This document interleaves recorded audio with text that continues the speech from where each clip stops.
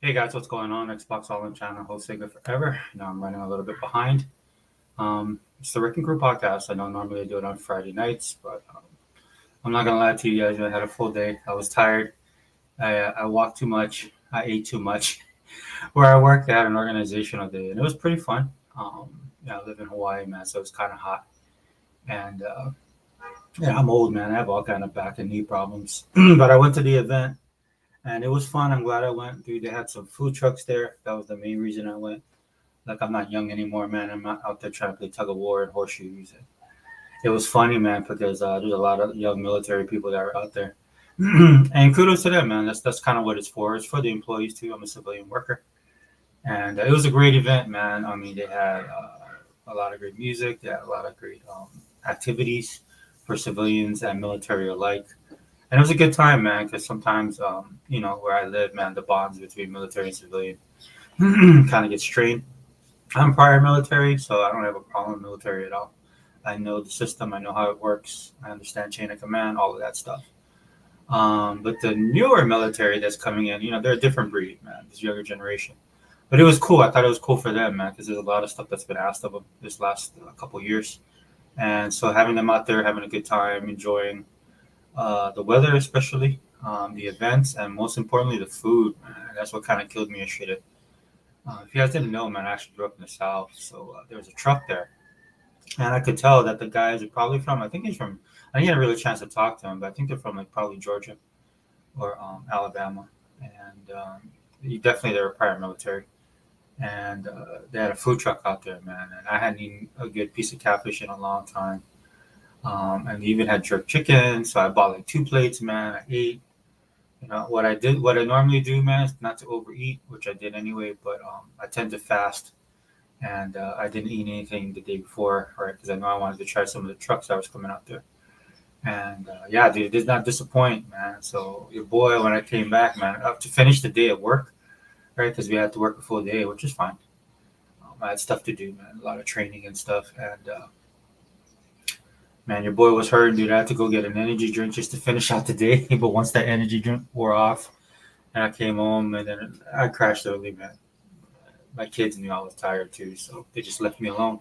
So I didn't get a chance to do the Wrecking Crew podcast. And I do apologize because I like to do those on Friday nights. I'm also trying to get everything established, guys. What we're going to talk about today is kind of going to be all over the place.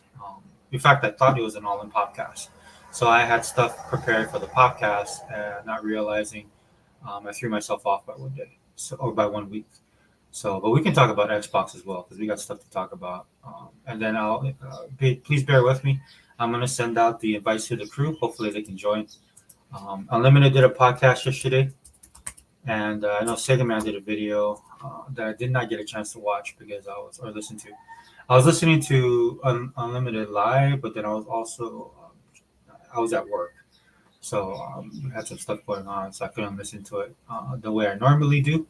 That's one of the reasons why I can't join a lot of the guys' podcasts because when they do their podcasts, I'm usually at work or doing stuff with my kids during the day. Right, I'm that kind of guy. I like to do the stuff that way. Um, but it was a great podcast. I have to catch the front part. I was trying to listen to it yesterday, but again, like I said, I fell asleep. And then they were talking about. I think basically they were talking about. Memory serves me correctly, dude. It's just all the stuff that's going on with people not bringing games, and we can discuss it in this podcast as well. Over to the Xbox. I did a little rant earlier in the week on a video. I mean, personally, I don't care if a company brings their stuff over here or not. And the reason I can say that is not, I'm not being an expert or anything like that. It's just we have so many games anyway. Unless you're a person, or unless it's a game, I'll just use myself as an example. Unless it's a game that I really, really wanted to play, um, I might feel disappointed. But again, if you guys have Xboxes, if you guys subscribe to Game Pass and you guys are gamers, right? And I will say that if you guys are gamers, man, you guys understand the actual first world problems we have when it comes to being an Xbox guy in 2024 and having Game Pass. The struggle is real. I mean, the amount of games that they have in Game Pass, the amount of games that they drop almost every week, Not let alone every month, but every week they're putting stuff in there. When before the showcase, the Shadow Drop Octopath Traveler 2, a game that a lot of people thought was not coming over, including me, right? Because we don't know this, and this is not Microsoft's or Xbox's properties. This is not their studios. So, they're dealing with people who can make their own decisions. And I'm fine with that, dude. I have no problem with that. I don't care that Capcom doesn't want to bring their fighting games over here, right? Because I still have yet to play King of Fighters on Game Pass, if it's still on there. And I believe it is still on there because I haven't seen the notification. Because once the notification comes on, talking about once the notification comes on, then I'll go. I end up going and buying it. That's what happens a lot of times at Game Pass, right? For all these people that are out there saying that Xbox guys don't buy games, I counter everybody now on social media when they talk about Xbox guys don't buy games. I just tell them straight up, yeah, nobody buys games. That's why the industry is the way it is. For various reasons, man. You guys know I talk about the economy. That's one thing. But even before the economy was bad, right? The numbers never did match up. Hebots talked about this ad nauseum. Unlimited picked up on it when he came on the scene, right? Sega Man definitely knows that. Sega Man's a collector, right? Sega Man has every video game system, every controller. Mad respect to my boy. He lives it, dude. He just talk about it. He lives it. And when you have people like that in your crew, man, this is why a lot of you guys, I promote these guys. You need to listen to them if you want to know the truth, man. If you really want to know what's going on, our channels are not big. Some are bigger than others. I tell you guys all the time, I do these videos because it's just to get stuff off my chest, man. It's kind of like my video diary of sorts, man, because I see all this stuff going on. This is why I talked about WWE earlier this year, right? With all the stuff that's going on over there, and it's interesting some of the stuff that they're doing. You hear me talking about WNBA, man, because that's the stuff that I'm into right now. I talk about some of the stuff I watch as far as entertainment industry, right? How I've drifted away from Disney, because they've ruined their brand. And then for guys like, so those of you guys who listen to might be the same age as me, might remember a better time in television and movies. How good we had it back in the past and how that's all gone, right? And that's why I share some of that stuff. That I let you know there's other stuff out there that you can do, other stuff that you can participate in, that you can spend your money on. That's the purpose of this channel now, and Xbox is still a big part of that. Right, that's why I do these videos. That's why we have these podcasts, right? That's why I, communicate with the guys that I communicate with, right? Just to let you guys know, man, gaming is not just PlayStation and it's not just Nintendo. The gaming media and the sycophant fans out there will have you think that way, and I'm not trying to remove them from the history, that the history that they have in gaming, the good and the bad that they've done, right? But a lot of people, man, they look at things through rose-colored glasses in this gaming industry, right? And it's all good, except for Microsoft. Microsoft is the only company with their Xbox brand that they'll hold accountable for anything, right? And a lot of it is coming from a hate perspective.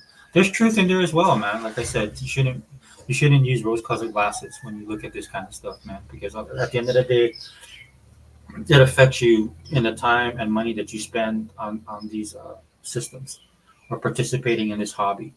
Like any other genre out there, especially when it comes to popular culture, this is the reality of it, especially now, right? But that's the problem I have, dude. I never want to take away stuff that Atari's done, Nintendo's done, Sega's done, Sony's done with their PlayStation.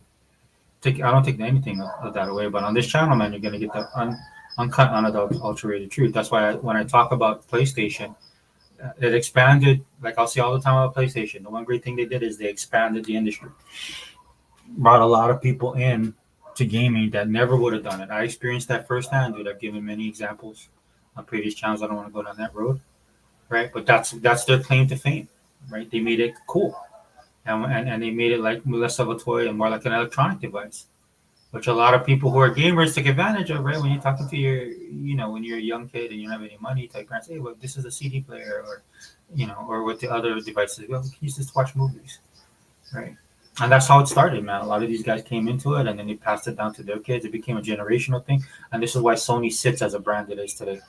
And regardless of what Sony does, man, they never get the full impact of the bad decisions they make. Right. So The same thing with Nintendo. Nintendo, an icon in the gaming industry. I'll even say it saved the gaming industry at a point in time when Atari, the industry here in the U.S. was going down, and it was the '80s. Man, Japan stepped in. Japan did that in a lot of industries. This is why people have such a high opinion of Japan.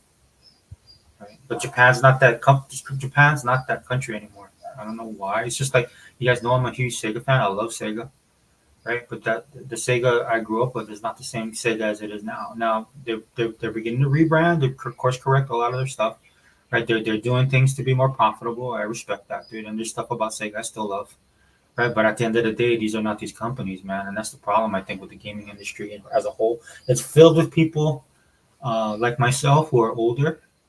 But I will say this about myself: I try and be realistic about everything because there is nostalgia bait that's involved in a lot of this stuff, right? Which isn't bad per se. There's nothing wrong with that. I enjoy it as much as everybody else, but every once in a while, these guys need a reality check, right? And the most horrible thing about this gaming industry, and I'm talking about in the media, even now with these influencers and stuff like that, it has to do with just getting clicks and views, and then maintaining something and holding on to something that's not there anymore, right? And I'll give my little 2 cents again about the Capcom thing, right? I do not care that they're not bringing their game over here. Dude, that's less money for you because I'm not going to go and buy any other system just to play your games. I own most of those games. And the games that I don't own, dude, I've played them a bazillion times. Man, I tell you guys on this channel, man, I didn't grow up on consoles. I grew up in the arcade, right? And I was there when Street Fighter hit. In fact, a lot of you guys might not know this. Street Fighter, the original one, the one that I played, dude, it had a big button on the console. And what you would do is you have to pound the button, right? And then you'd move the controller to do the moves, of course. At that time, I was young. I didn't know. It was a novelty. It was pretty cool, right? But it wasn't until Street Fighter 2 hit that the fighting game uh, in the arcade just went to the next level, man. Then you had Mortal Kombat, and all these other games came out, Tekken, right? All of these great games, man. SNK was on fire, dude. King of Fighters, Art of Fighting, right? If you guys didn't know that about me, man, that's all I did. I just played fighting games, man, and a lot of them I played in the arcades. When you actually use quarters. I was playing arcade when it was quarters, and then went to tokens. Right. And I'm not trying to put myself up, man. I'm just trying to tell you guys, man, my perspective, because this is why when I look at these companies doing stuff like that, and I sit back and I'm like, oh, that's fine. Do what you want to do. And then I get blowback from people on social media telling me, oh, you're just hating. It's nothing to do with hate, man. I've been there. I've done that. Dude, for some of you guys who are excited about Children of the Atom, X-Men Children of the Atom, right? I mean, I don't think a lot of you guys remember how slow that game is. This is one of the problems with a lot of the older fighting games, man. I mean, I have a nostalgia bug, so I can go back and play them, man. But some of you guys will go back and play these games, and you'd be like, if you haven't, I know quite a few of you, most people that talk online, that I know they've never played the games. That's number one. Number two, man, if you have played the game, then you go back. I think some of you guys forget how slow it is, unless Capcom does something to upgrade it, right? Because I love Street Fighter 2 when it hit the arcades, and then you had Street Fighter when they started doing the Hyper and the Turbo editions, man. Turbo was okay. The hyper fighting used to drive me nuts, dude. And I'll be honest with you guys, I'll throw myself under the bus. This is why I didn't like Dragon Ball Z when I was watching anime. Back in the day, it was just like too much. I'm a huge anime fan now, right? But it's one of the reasons I didn't like Dragon Ball Z. At first, it was cool because you see all these fightings and stuff like that. But man, some of those things, it was like never ending. It was like too much, right? And I think some of you guys forget about that. I mean, if you're looking forward to it, man, hey, more power to you. If you're gonna buy a PlayStation, or is it on PlayStation? I think 4, not on 5 though. According, when I was listening to Unlimited, and go listen to their podcast, dude. I like Daya's story behind it. That's the kind of thing that I'm talking about, like the connection you have to some of these older games. I know, dude. I'm guilty of that. I'm old, man. I've been playing games my entire life, dude. But as far as the Capcom collection for me, dude, I could care less, dude. Because if I really wanted to get it, then I'll go to get a PlayStation 4. Right? Like my boy Sega, man, he has a PS4. I think he just bought one. So if he wanted to get it, he could buy the game. No harm, no foul. You know what I mean? I mean, that's a decision Capcom making for what their reasons are, dude. In this day and age, man, it's hard to read into a lot of what these companies do. I have my own opinions on it, dude. I think it boils down to the economy, right? In the same way, like to me, that's a more realistic idea than Capcom just pigeonholing these games from Xbox. And then some of the reality, maybe they believe in the hype that Xbox people don't buy games. I know that's not true. Just for the simple fact that Microsoft makes money and makes profit every year, right? Number one. Number two, I participate in their ecosystem. I know how it works. I know how they get their money because dude, I'm one of the most frugal, cheapest people I know, man, and they still get me to drop money on their games, right? Because the way their ecosystem works, man, they're getting money from you all the time. Whether it's like, whether it's like a couple dollars every now and then, or every week, or every month, right? And if you calculate, just calculate your spending on stuff. Even when you feel you're getting a deal, if you look at the end of the year, how much you're paying, that's the same thing with Game Pass. That was one of the things that people were focusing on when Game Pass first kicked off, right? In fact, I told you the story about my friend. The reason why he won't get Game Pass is not anything against Xbox or Microsoft. He actually wants to get it. His problem is he has two children, right? Well, they're older now, so maybe he can go back and revisit that in his plans, how he plays video games. But because he has two kids, right, he just can't do it because that's how addictive he can get to it. And I guarantee, I told him that's a great decision because if you get Game Pass, knowing him the way I do, and knowing how he plays games are similar, right? That he can play a lot of different games, and it'll be hard for him. And he's younger than me. It'll be hard for him to break away from that, dude. And I'm sorry, I love video games, but your responsibilities as a dad is first and foremost. The influence you have on your kids is that's generational. It's also societal, right? You need to be a good dad. You need to do those things that you won't want to do. And if you're a gamer, man, you have to put down the controller. That's just the reality of it. I went through that myself. This is why I love COD so much, right? Because COD was the game I needed during that time because I couldn't play.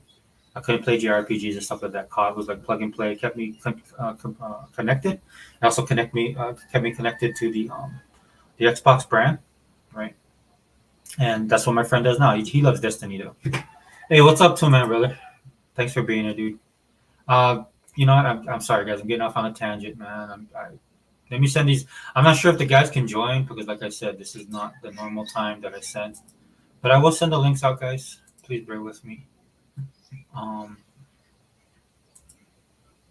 But yeah, and look, dude, if I was on an Xbox, right, and I would sit there, goes, no, you need to get it and push it just for him to get a subscription. I'm not gonna do that either, right? I was honest with them, man. I'm like, yeah, dude, that's gonna be a real problem for you if you love to play video games, and I know he does, and he likes variety like I do, right? Because he plays a plethora of different games. Some he likes like every other gamer, man. So you might like some more than others.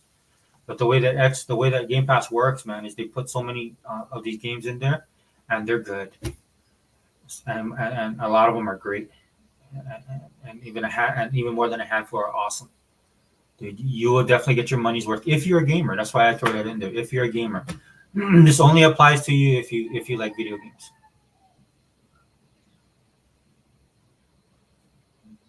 Sorry, guys. Let me open this up. But he made the choice. He's like, yeah, I can't do it. Now to have the wherewithal as a gamer to realize that as well, that's a sign of. I told him, that's a sign of maturity, dude. You're growing. You know what I mean? And this was years ago when Game Pass first came out. Because one of the things he was amazed with when it came to Game Pass, like he was shocked that the games were as good as they were, that they weren't just shovelware. Because both of us kind of, well, I mean, I'm older than him, but at least I'll use myself right now. I grew up in a time when shovelware was a big deal. But for me, as a person who's a collector, it was kind of fun, right? Because you put yourself out there, right? And then when you do that, you have to take a risk, man. You're gonna lose some money, right? Which is something that is foreign to people now, right? They want the best all the time, every day, which I think is bad because you lose out on experiences. Some of the best experiences I had in gaming was due to the fact that I opened myself up to try something new. which was different for me back then, man, because I liked what I like. It's just like when you go to your favorite place to eat and you try something different. That's hard for some people. That's how I was.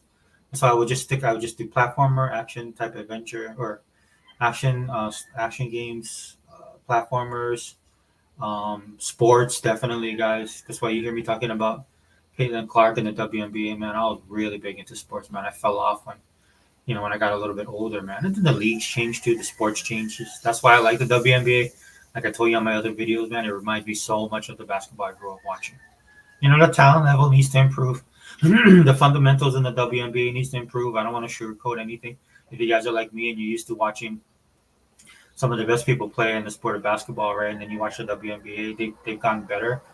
But I mean, there's definitely room for improvement for some of their stuff. That's why sometimes when I listen to them talk about, yeah, we're the best of the best, I'm like, dude, you guys can't even like box out. You know, the level of consistency needs to improve. Anyway, I won't go on that tangent. It is what it is. I'll do that on the podcast. Sorry, I'm talking about it, guys, but that's why I thought I was doing a podcast, so I had lined up stuff for it. But when it comes again, getting back to the Capcom thing, I mean, it's their business, dude. It's their brands, right? And another thing I find interesting is that, and look, this is my personal preference because I liked Exo Primal that they put in there. There's other games that they put in there in the thing in Game Pass. But the most important thing to me is Path of the Goddess coming. That game looks very interesting to me. And for me personally, it's a personal. Hey, what's up, my brother? What's up, brother? What's going on? Saturday morning. Saturday morning. Happy Saturday morning. What's up, man? What's going on? Tool man in the house. What's up? Yeah, Tool man's in already. Oh yeah, it's morning for you. What time is it over there? It's like 9:31. It's 3:31 over here. Wow. Yeah. So I normally I do these on Friday night, man. But I ain't gonna lie, man. I'm old. I ate too much yesterday. Did you? I had catfish. I had jerk chicken. Damn. And then the dude decides he had macaroni and cheese and he made yams. Sound like you had some good eating. Dude, I haven't eaten that. I grew up in Florida, right, brother? And so this guy's truck, he has a food truck here. Well, his family does. So I can tell he's probably prior military, but he lives in Hawaii now, right? And so this is their side hustle. Uh-huh. And when I heard they were coming, dude, because I saw somebody do a video on them, dude, and I found out they were coming, dude. I starved myself the day before. Yeah. Because I just wanted to eat catfish. They're known for their catfish, dude. I haven't had a good piece of catfish forever. And I heard the sides were solid, and then the jerk chicken. The jerk chicken was a little dry. I'm not gonna lie. But it still had the it still had the taste and the spice. Still good. Yeah, that was delicious, man. Anyway, I ate way too much, man. I ate way too much, and I was hurting when I came home. My kids even saw it. My kids looked at me and was like, "Man, this old man's not gonna make it." He could have fallen asleep. So yeah, sorry, brother, I could not do the podcast, but I did. I was trying to catch up on everybody's videos. But my timeline on YouTube is inundated with WNBA stuff right now. So I didn't even know Heba did a video. I did not know that you did a video until after. Yeah. And then Unlimited, I knew he was doing his because he talked about it, right, when we were doing the podcast on Wednesday. Yeah, he did a podcast yesterday. You know what? You know who wants to come in and join us? Tuck. Yeah, can you send him the link? Because I don't have his direct contact. Are you still on Facebook or you're not on there? I'm not. Like I said, with my Facebook, dude, where we're connected, they shut down my account, dude. Did they? Yeah, I was like, I'll get the notifications, but I can't get to it. Yeah. Let me see if I can figure out. Let me see, because you sent it to me. It also went on my phone, so I think I can. I think I can send it to him. Let me see. Yeah, in fact, go ahead, brother. I'm going to be sending, I'm still sending stuff out. Oh my gosh, I didn't send it to Ebon. He's going to kill me. Because he's like, man, I want. I said, all right, let me see. Let me talk to Sega Forever first. And yeah, dude, anybody's welcome to the podcast. It's like if I don't send you things that we don't have any, I don't have a way to send it to you. Like right now, I'm going to send it to, I know he's busy, but I'll send it to, I'm going to go see, Other Zinc, man. But I gotta go into Yahoo and send it to him through email in case he wants to jump in. Yeah, dude, anybody can come in, bro. Look, I let Zolby in here. If I let Zolby in here, man, he got Dea mad a little bit, I think. That's what he does. And then some of it, dude, is not. I'll be honest with you guys. Some of that is not. I've known him for a long time. I don't care what he does. That ain't gonna change the Xbox, dude. Yeah, that's why I don't care. I mean, that's why I'll let him in there because I'm like, look, you can say whatever you want. So even if ponies come into the chat. Like I saw a couple comments from ponies. I'm like, bro, you can say whatever you want because it's not going to change me, dude. No, it's not. Yeah, I don't know what your goal is here, right? In fact, I mean, you wasting your time here. Shouldn't you be playing your 5 million games that are AAA bangers? I mean, I don't understand. Yeah, I'm like, dude, you guys got to be used to it. It's not gonna, change anything, man. I mean, just because he was like. Nintendo, that don't do nothing for me, dude. I mean, he's right on some instances, but the fact that the stuff that he's right on just proves our point. You know what I mean with Nintendo? Yeah. They just won't change, man. And when they do change, they'll change on their own time. Yeah, I try and impress this upon people when it comes to Japan, dude. Because there's Yeah, a lot of videos of people. Because a lot of people are going there and they feel like Japan is like anti them, anti-American or anti whatever part of the world you're from, anti-Australian, anti this, anti that. It's like it's not. They're not anti-American. They're not anti-Australian. They're not anti-South Korean or anti whatever. You're just not Japanese. Like yeah, when they look at everybody, you're not us. Is it that? And that's the difference that people don't get. Like you're a foreigner, right? yeah. And people take that stuff too personally. This is why I've been able to walk away from them. You know what I mean? It's just like, dude, you guys don't hold the pull that a lot of the people, and then that's the problem. That's what I was saying today. The problem we have in this country, I mean, or in gaming, I should say, in the West, in gaming, man, is these dudes have this high. That's what I was kind of ranting on earlier. Yeah, These guys have this high opinion of Japan that's no longer true. yeah, I mean, much respect to them. I love the content that they create, right? But they're not that industry leader like they used to be. And I don't know why people. And I've been saying this for years, man. Like I never understood why people wanted Microsoft to get as involved in Japan as they want them to, right? yeah. I don't understand that myself, to be honest. Yeah, it's just like, dude, you guys don't buy the games. The games are so quirky that you guys won't play them. If you guys love Japan, then Yakuza should be like the number one selling game of all time. Oh yeah, Right? definitely. That's uncut, unadulterated, 100% fully weeaboo approved Japanese quirky. I love that stuff, right? I love it, right? But that stuff doesn't sell, and this is why they keep on reviving Resident Evil, right? And Yeah, Final Fantasy, right? I mean, you can tell by what they do and what people buy. It's not rocket science. that's Um, right. I know. but I I wonder hope. if he knows how. He might not know how to do it. He's on Instagram, but I don't know if he knows how to do it. He might not. I sent it to him through Instagram. Okay, yeah. As soon as he pops up, I'll bring him in. My wife and I just had Indian food from a food truck today for lunch. Yeah, too, man. The world's getting smaller, bro. The Oh world yeah, small. wow, Yeah, that's cool. I think that's a good thing, bro. But then again, I I'm can't eat biased. spicy stuff, brother. Oh yeah, dude. Just a variety, in taste and stuff like that. Um, the great thing about America, man, is the fusion, Yeah, right? Like a big thing in food circles right now is the fusion of Korean with Mexican food, right? Um, yeah, yeah, definitely, it's coming out of LA mostly. Big population of Korean and Hispanic over there. So some of the stuff that I see coming out, dude, it looks just delicious. It'll be a matter of time before it makes its way.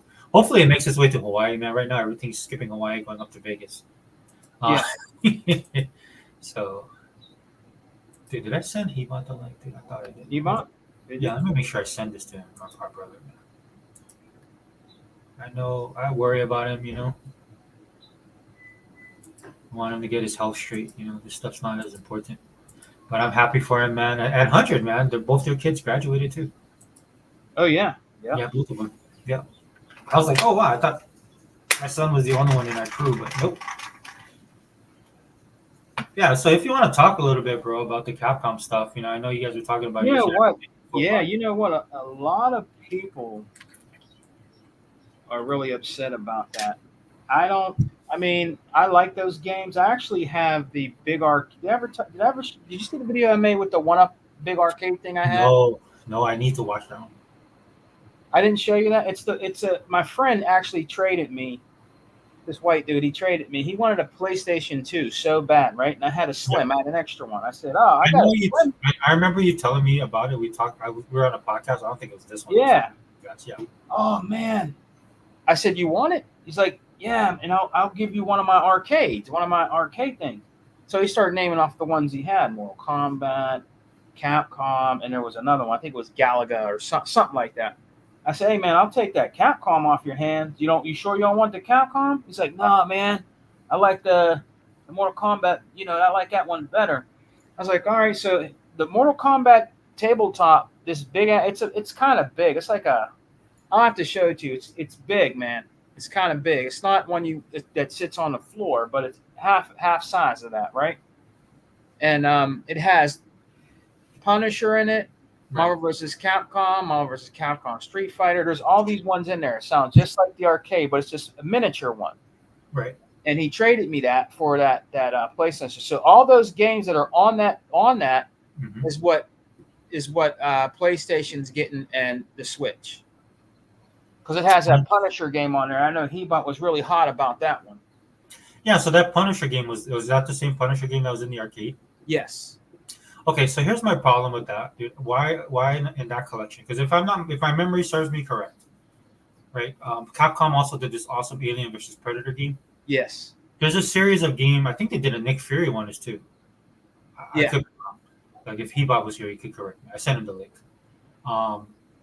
But to me, and this is okay. So this is maybe because I'm jaded, right? This is my jaded older person. But I'm the first when I saw that, I was like, why is that there?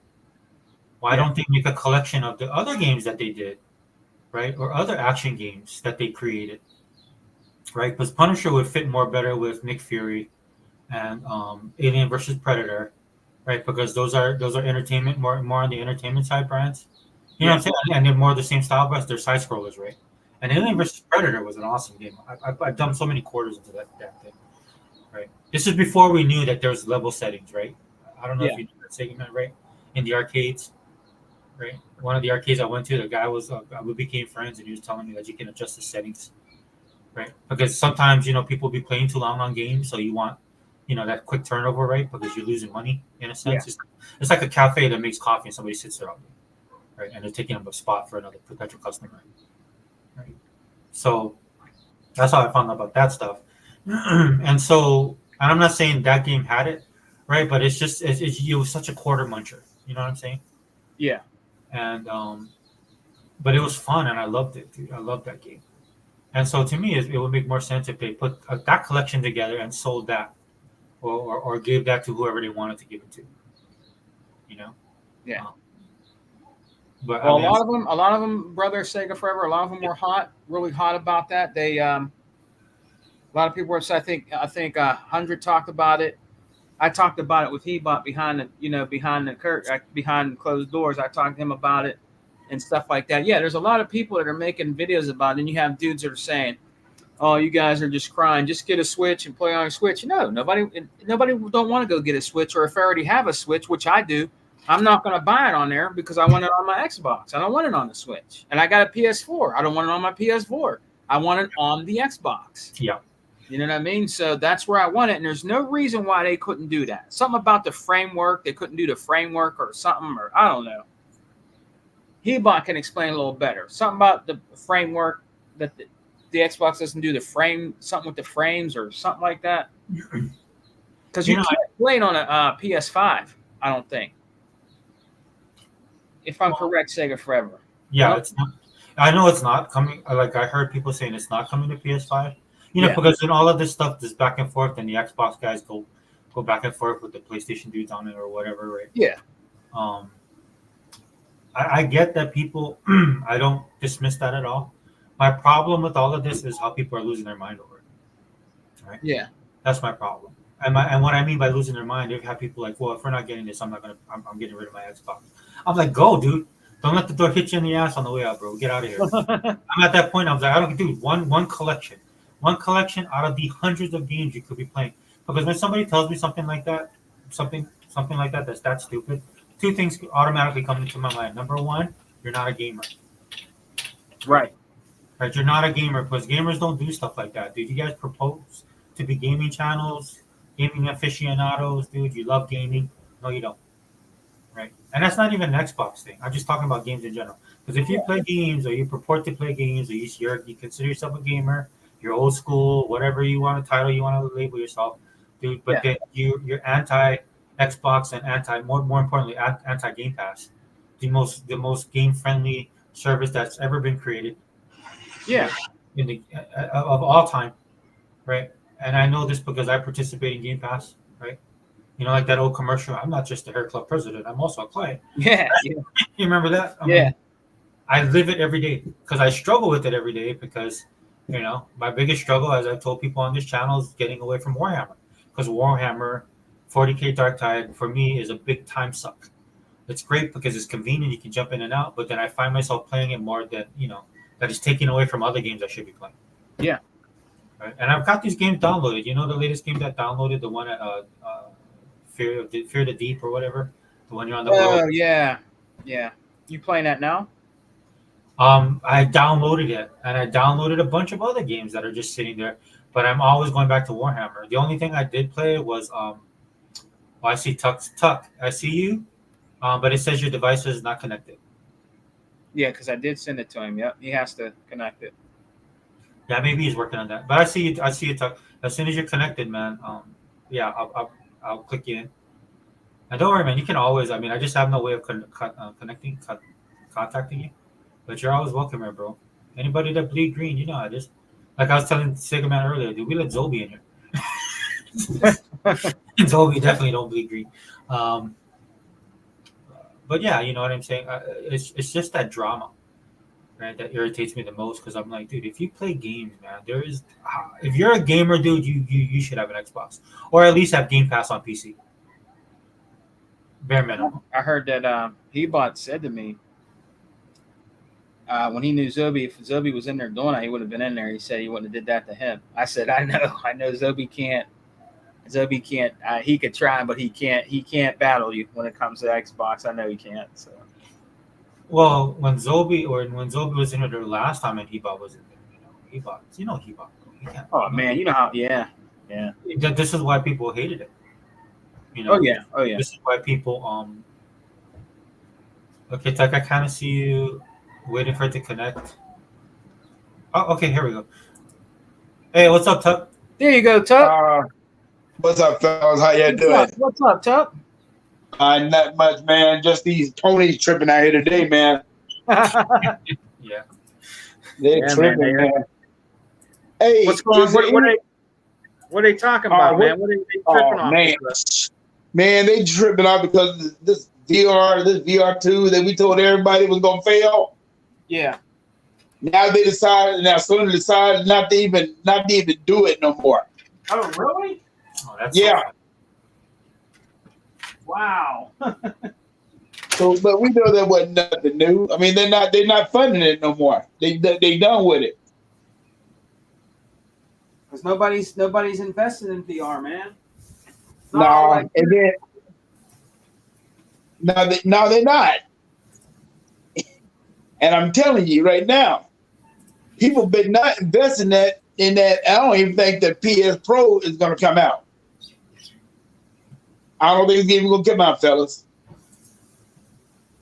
Yeah, I wouldn't be surprised. Huh? I wouldn't be surprised if it didn't come out. Now, what was y'all talking about? We're talking about Marvel or the Capcom situation.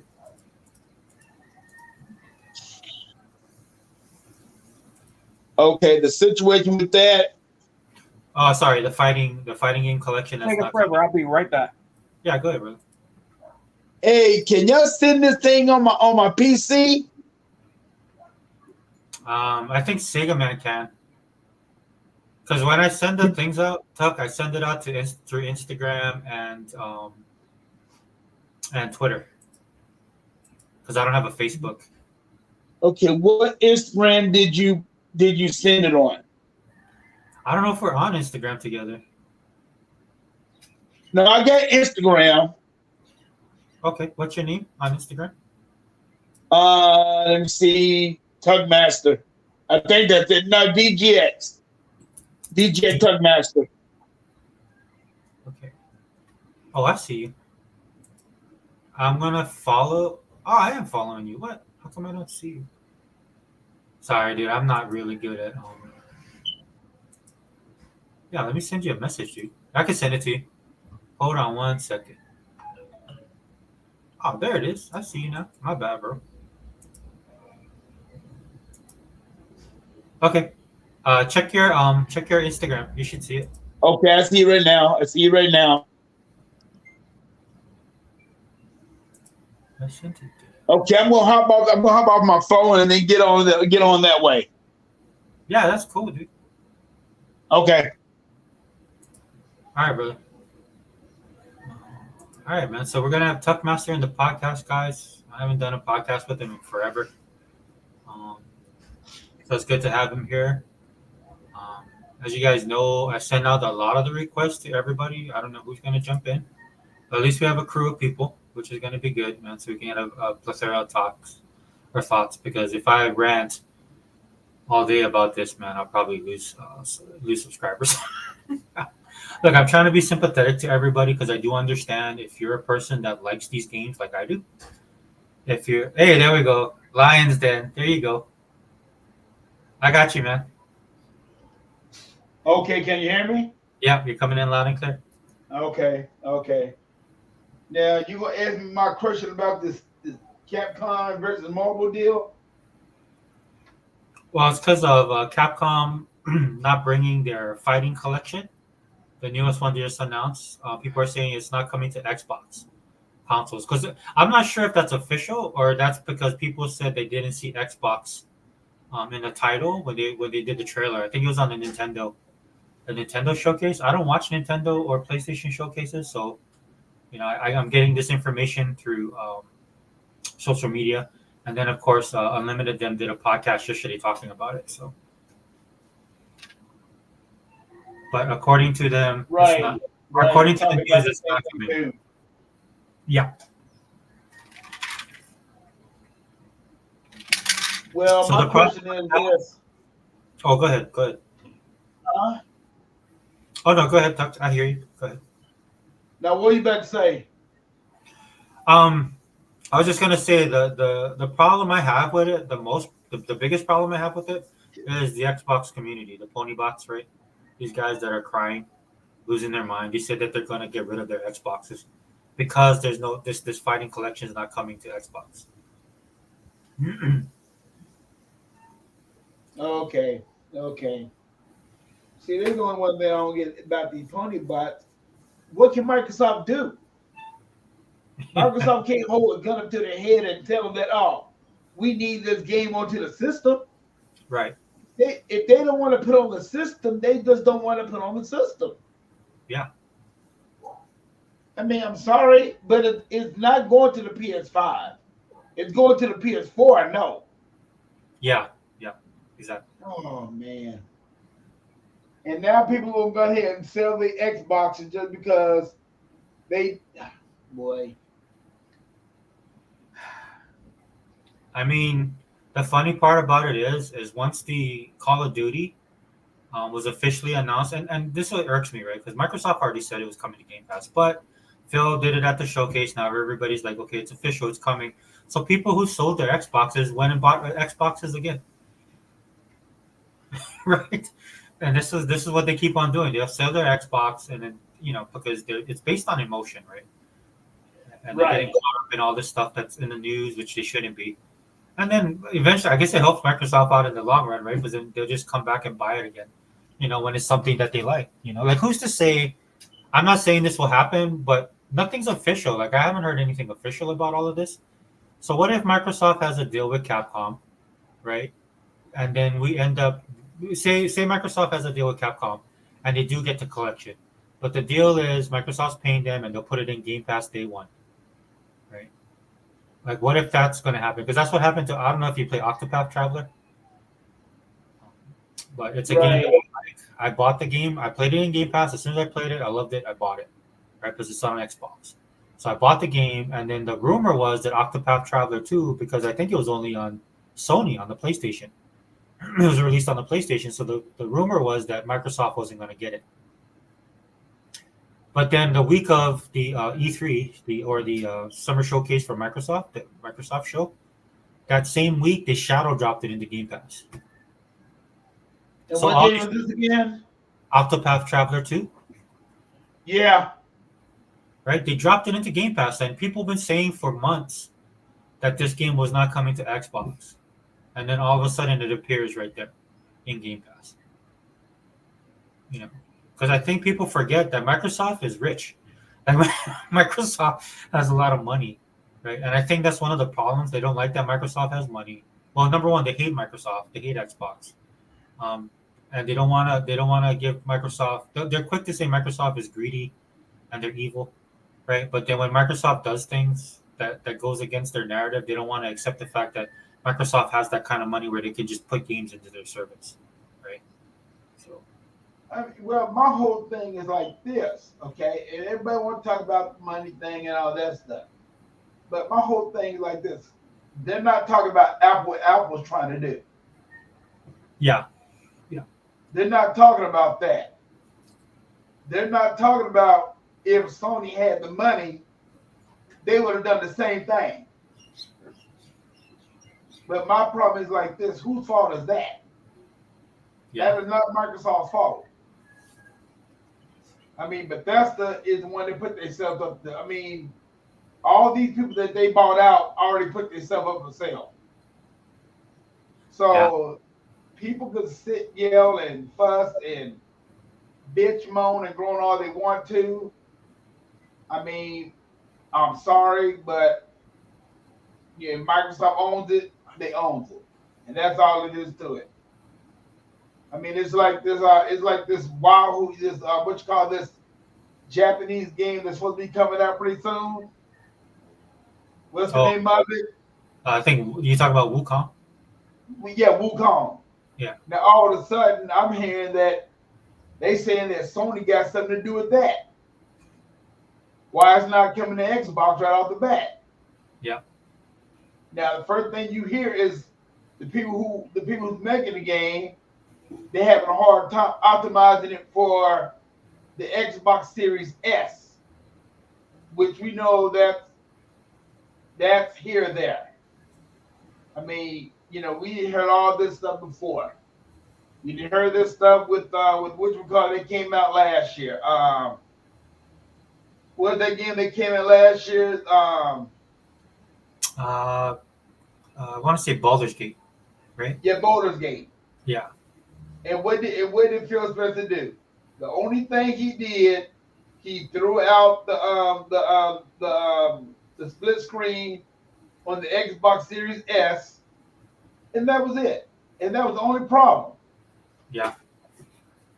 But people moan and complain about that. I said, I don't even know that many people that do split screen anymore. Yeah, it's just like how people are getting mad about the couch co-op stuff in some of the games, right? Nobody does that stuff anymore, you know? Right. What's up, Tool Man? How you doing?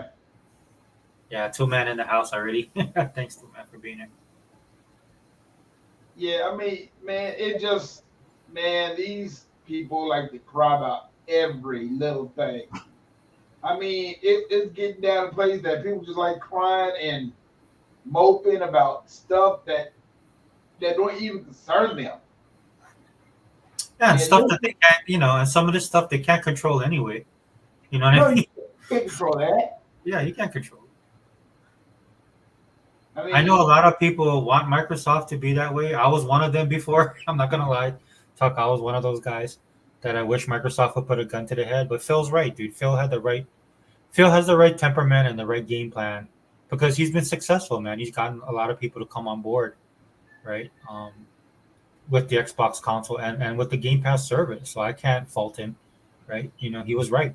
His approach is the right way to do it. And then through that. Yeah, you're right about that, but what people don't understand that he said like he said. They in the business to make money. Yes. They're in the business to make money. And that's what they're gonna have to do to make money.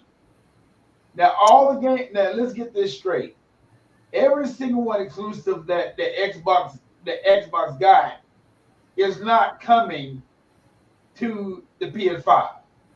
I know that for a fact. It's going to be selective games that they have in their portfolio is going to PlayStation. Doom is going to PlayStation. I mean, I'll put it like this. I think some of the Bethesda games might be going to PlayStation, but if it does, what is it going to make? It's going to make what? Xbox is going to make Xbox and Microsoft more money. Yeah. I'm back. Bethesda games are not going to go because Todd Howard has been put on record saying many times he does not like to do games for multiple platforms because that way you cannot get the full potential of the hardware you're working on. Well, I'm just using that as an oh, example. look. And Phil's look when they say it's on a game-to-game basis, it's basically what happened with the guy that made Doom did. Phil Right. said he went to the Doom guy, the developer, the head. He said, "Okay, so what do you want to do?" He's like, "I want to make Doom. I want to do this, and I would like to put it on all platforms, if you don't mind, meaning Right. all consoles." And Phil said, "Okay." Phil said, "Okay, let's go do that." Meaning, Phil is Phil is Who makes Doom though? what's up? Who makes Doom? Uh,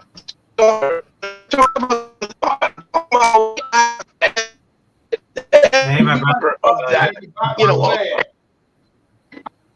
huh? You're botting, brother. You was That botting what? real bad. Yeah, you're botting really bad. Yeah. I know you probably can have actually enjoy a podcast. I'm always on the move. Always. See? Yep. Who makes Doom though? It's id software. That's the developer. Id. Okay. So I'm just using When they Bethesda say as an example.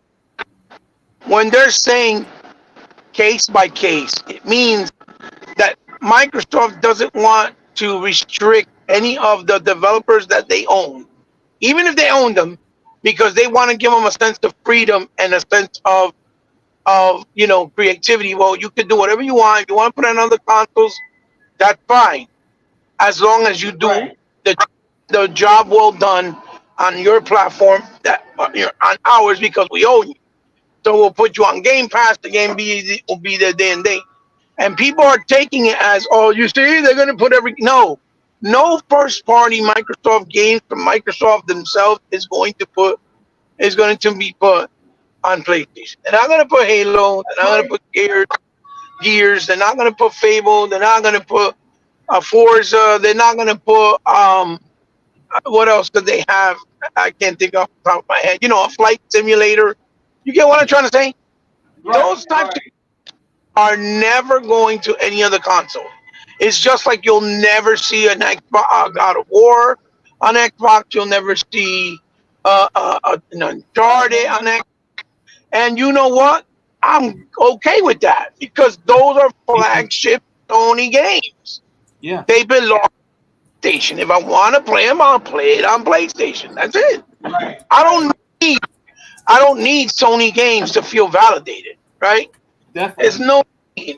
We have our IPs. Definitely. And I know that if I want to play a Mario or Luigi game, I got to go behind Nintendo. I'm perfectly fine with that because that's the reality of the situation. That is why you go to Burger King to buy a Whopper. You go to Wendy's to buy the stack. You go to McDonald's to get the Big Mac or the Quarter Pounder. You see what I'm saying? Yep. That is why you go. That's why you go to Taco Bell to buy fucking tacos. That's why you go to KFC to get nice fat, juicy ass fried chicken. You He bought you don't. hungry. He bought hungry right now. He's like, what on the menu? Hey, he bought.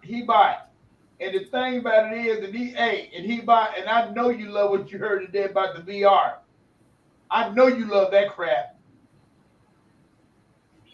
We can't hear you, he bought. Oh, he bought. Yeah, you're silent. Yeah, he bought silent right now. Yeah, he bought your mic. I said to you, you hear me now? Yeah, we can hear you. Good. Go ahead, brother.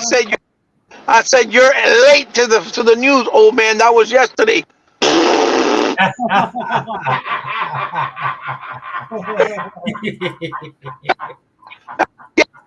Talking all day about it. I sent it to my best friend and Ponybot Jorge. He was mad as fuck. Yeah, I thought, no more free points and games for you. They stopping the points program. Yeah. Yeah, I heard about that too. Huh? They about ready to stop the trophy program too, are they? Yeah, they stopping it. Yeah. And they ain't going to Gamescom, and they got no fucking first party IP, and they put they put their kitty games on Nintendo Switch because they want to make some money. Look, it is what it is, bro. Like it's comical, and again, it's like again, not every game is going. I'm pretty sure it's only smaller independent stuff because they want to help the independent guys to get some more opportunities to make money because games don't always do as good as they should on any platform, Xbox included, especially when they're smaller, newer, upcoming games. And that's probably where they're looking at as far as venue. If because we have the gunk, and the gunk hasn't really been spoken about. But you don't see the gunk going to PlayStation because the developer probably said, "Well, no, I don't want to put out PlayStation. We're here or Xbox or an Xbox game."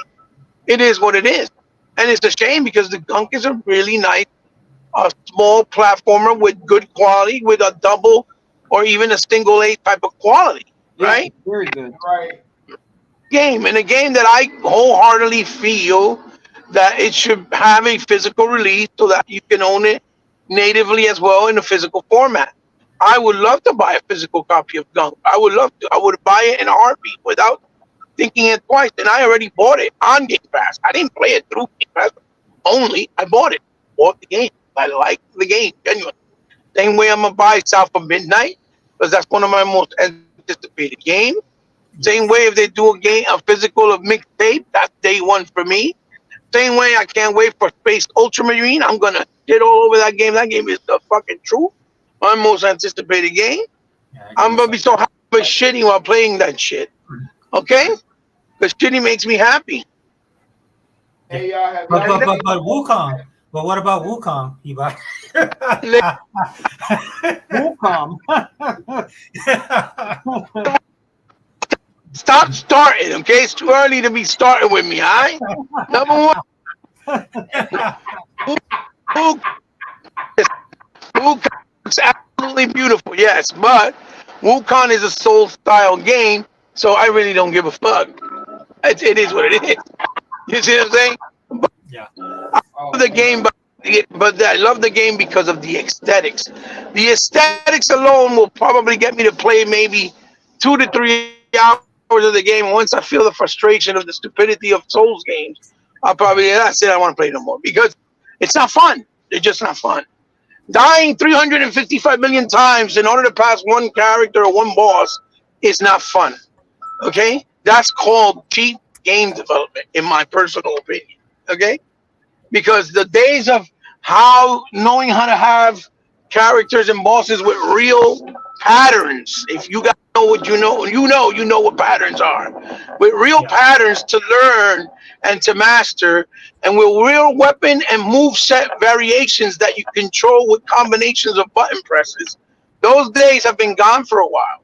That's why I'm very excited to play something like, let's say, the Phantom Blade, even though right now it's only scheduled for PlayStation because it's going back to the roots, right? That's why I can get excited when I play something like Solstice, right?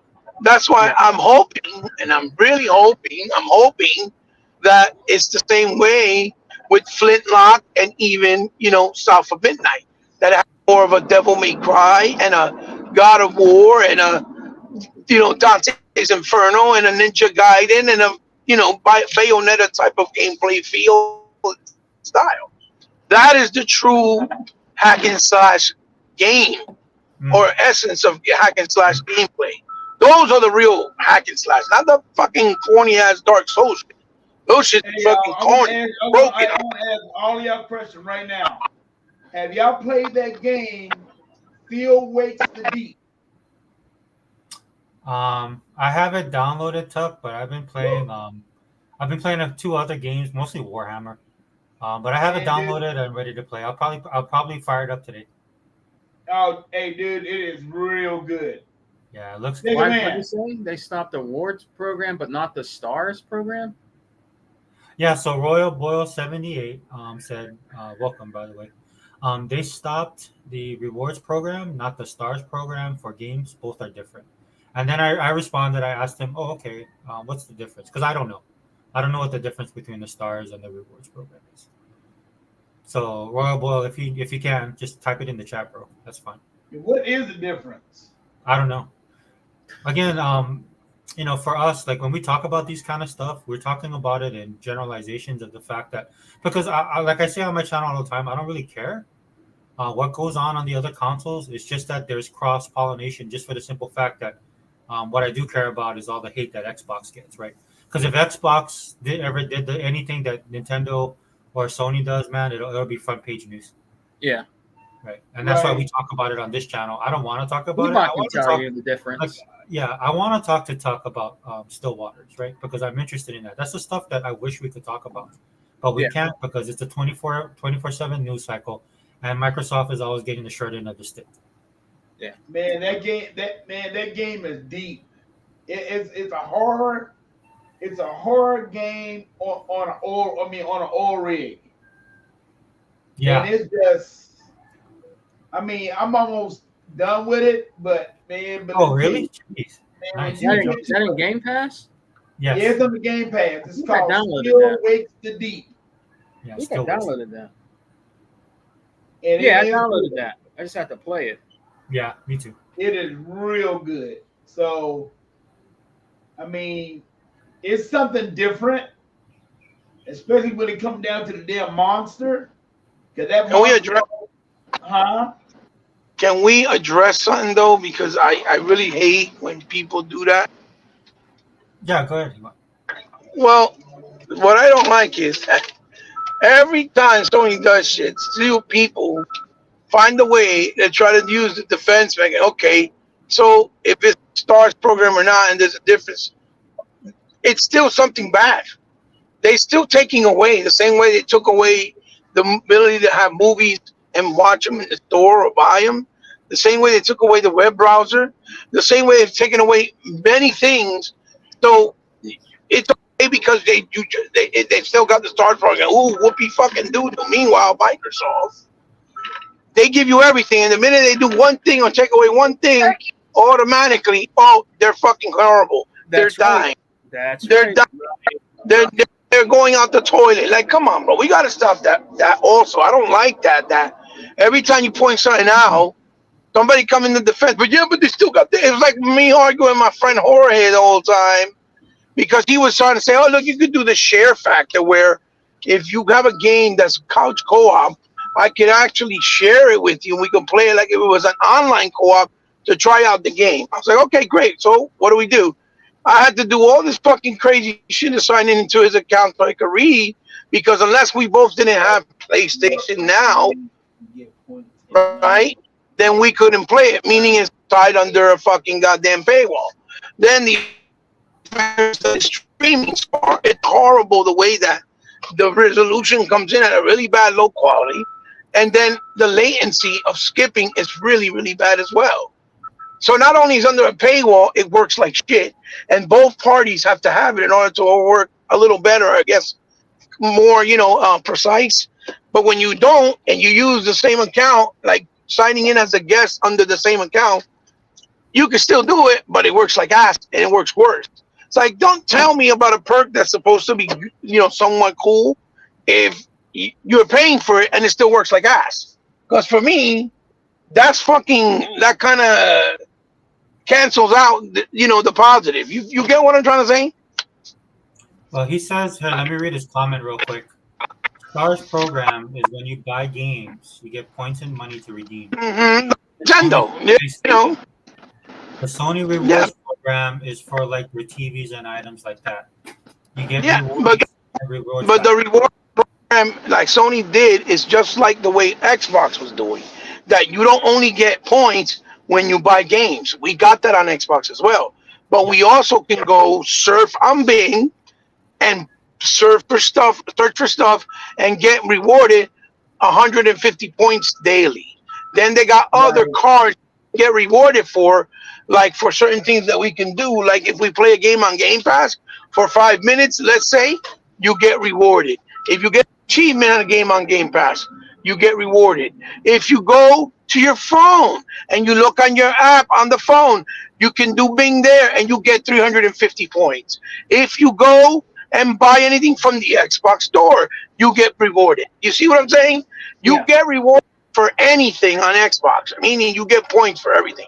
And that's what the Well, reward system for Sony was supposed to be. And they taking it out. So, and still, you still can get points to get certain things because they took that away. Now, the only way you get is if you buy a game.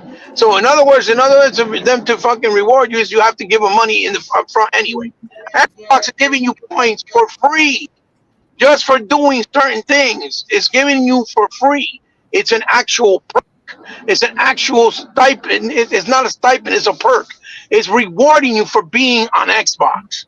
You see the difference? That's why I said that shit is bullshit. It's garbage that they took it away because the reward system was supposed to be just like the Xbox system, and they took that away. They take away anything they give you that's supposed to be free, just like their fucking games. I mean, You go look at. Go ahead. it doesn't surprise me, right? No. Because it's Sony, right? But Royal Blue said, according to Sony, they want to integrate the rewards into this Stars program fully. By the way, I'm not defending anything, just giving the correct info. Yeah, Royal, well, it's fine, bro. I mean, I mean, You in general. yeah, that's fine, bro. Thanks for sharing the information because I don't know. Yeah. I mean, you in general. I'm talking about even on Twitter, for example. Like you go there and you say, "Oh shit!" So Sony is shutting down VR. They're like, well, it don't matter because nobody really plays VR after all this time touted VR. You get what I'm trying to say? Yeah. My man, that's what I'm talking about. That's really what I'm talking about. That they should. Even Microsoft has made adjustments to their rewards program. The thing about Microsoft is, at least from my experience, right, how the way I utilize it is they realize they have us in the ecosystem, right? Right. So they did take away some stuff with the points program, but now they offer like you can get a credit card with them. Yeah. Right? And when I was looking at that program with the credit card, it's almost like double dipping, bro. Right? Because they give you points on using the card. I'm not sure I like the interest rate, but I'm just saying, right? If you can pay that from this, it's just like with the Bing thing, right? We buy our games, right? You buy it day one or you buy it later, right? It'll still roll up as reward points. I have like 267,000 points with that I have reward points that I can use right now, right? Right. Yeah. The main reason I use the reward points because my daughter upgraded to Ultimate, so I just have automatic payment, so that'll just pull it out of my rewards. Well, 267,000 points. That's almost like $200. Yeah. You got $300 in points. Well, here's the kicker he bought, right? Here's the kicker. So my daughter, she has the Ultimate, which I'm using the rewards points, but they're still getting money from me because you know why? Because she plays Overwatch. Right. And they have season passes. Right? And they have an online store. So that money that I'm saving for the Ultimate, I'm actually paying more, right? Because my daughter will be like, "Hey, Dad, the season pass come, I'm gonna get it." In fact, I just let her buy it. Just buy whatever you want, right? And then the other night I saw a charge on my thing because I know what it is, and then she had bought some some skins, right? And that's the beauty of it. That's why I don't think people understand. And this is going to happen with COD. This is why it was cool, right? When Phil Spencer said, "Oh, look, 100 million," or Overwatch, or Blizzard. Blizzard came on and said, "Hey, we want to thank the 100 million people that play on Overwatch."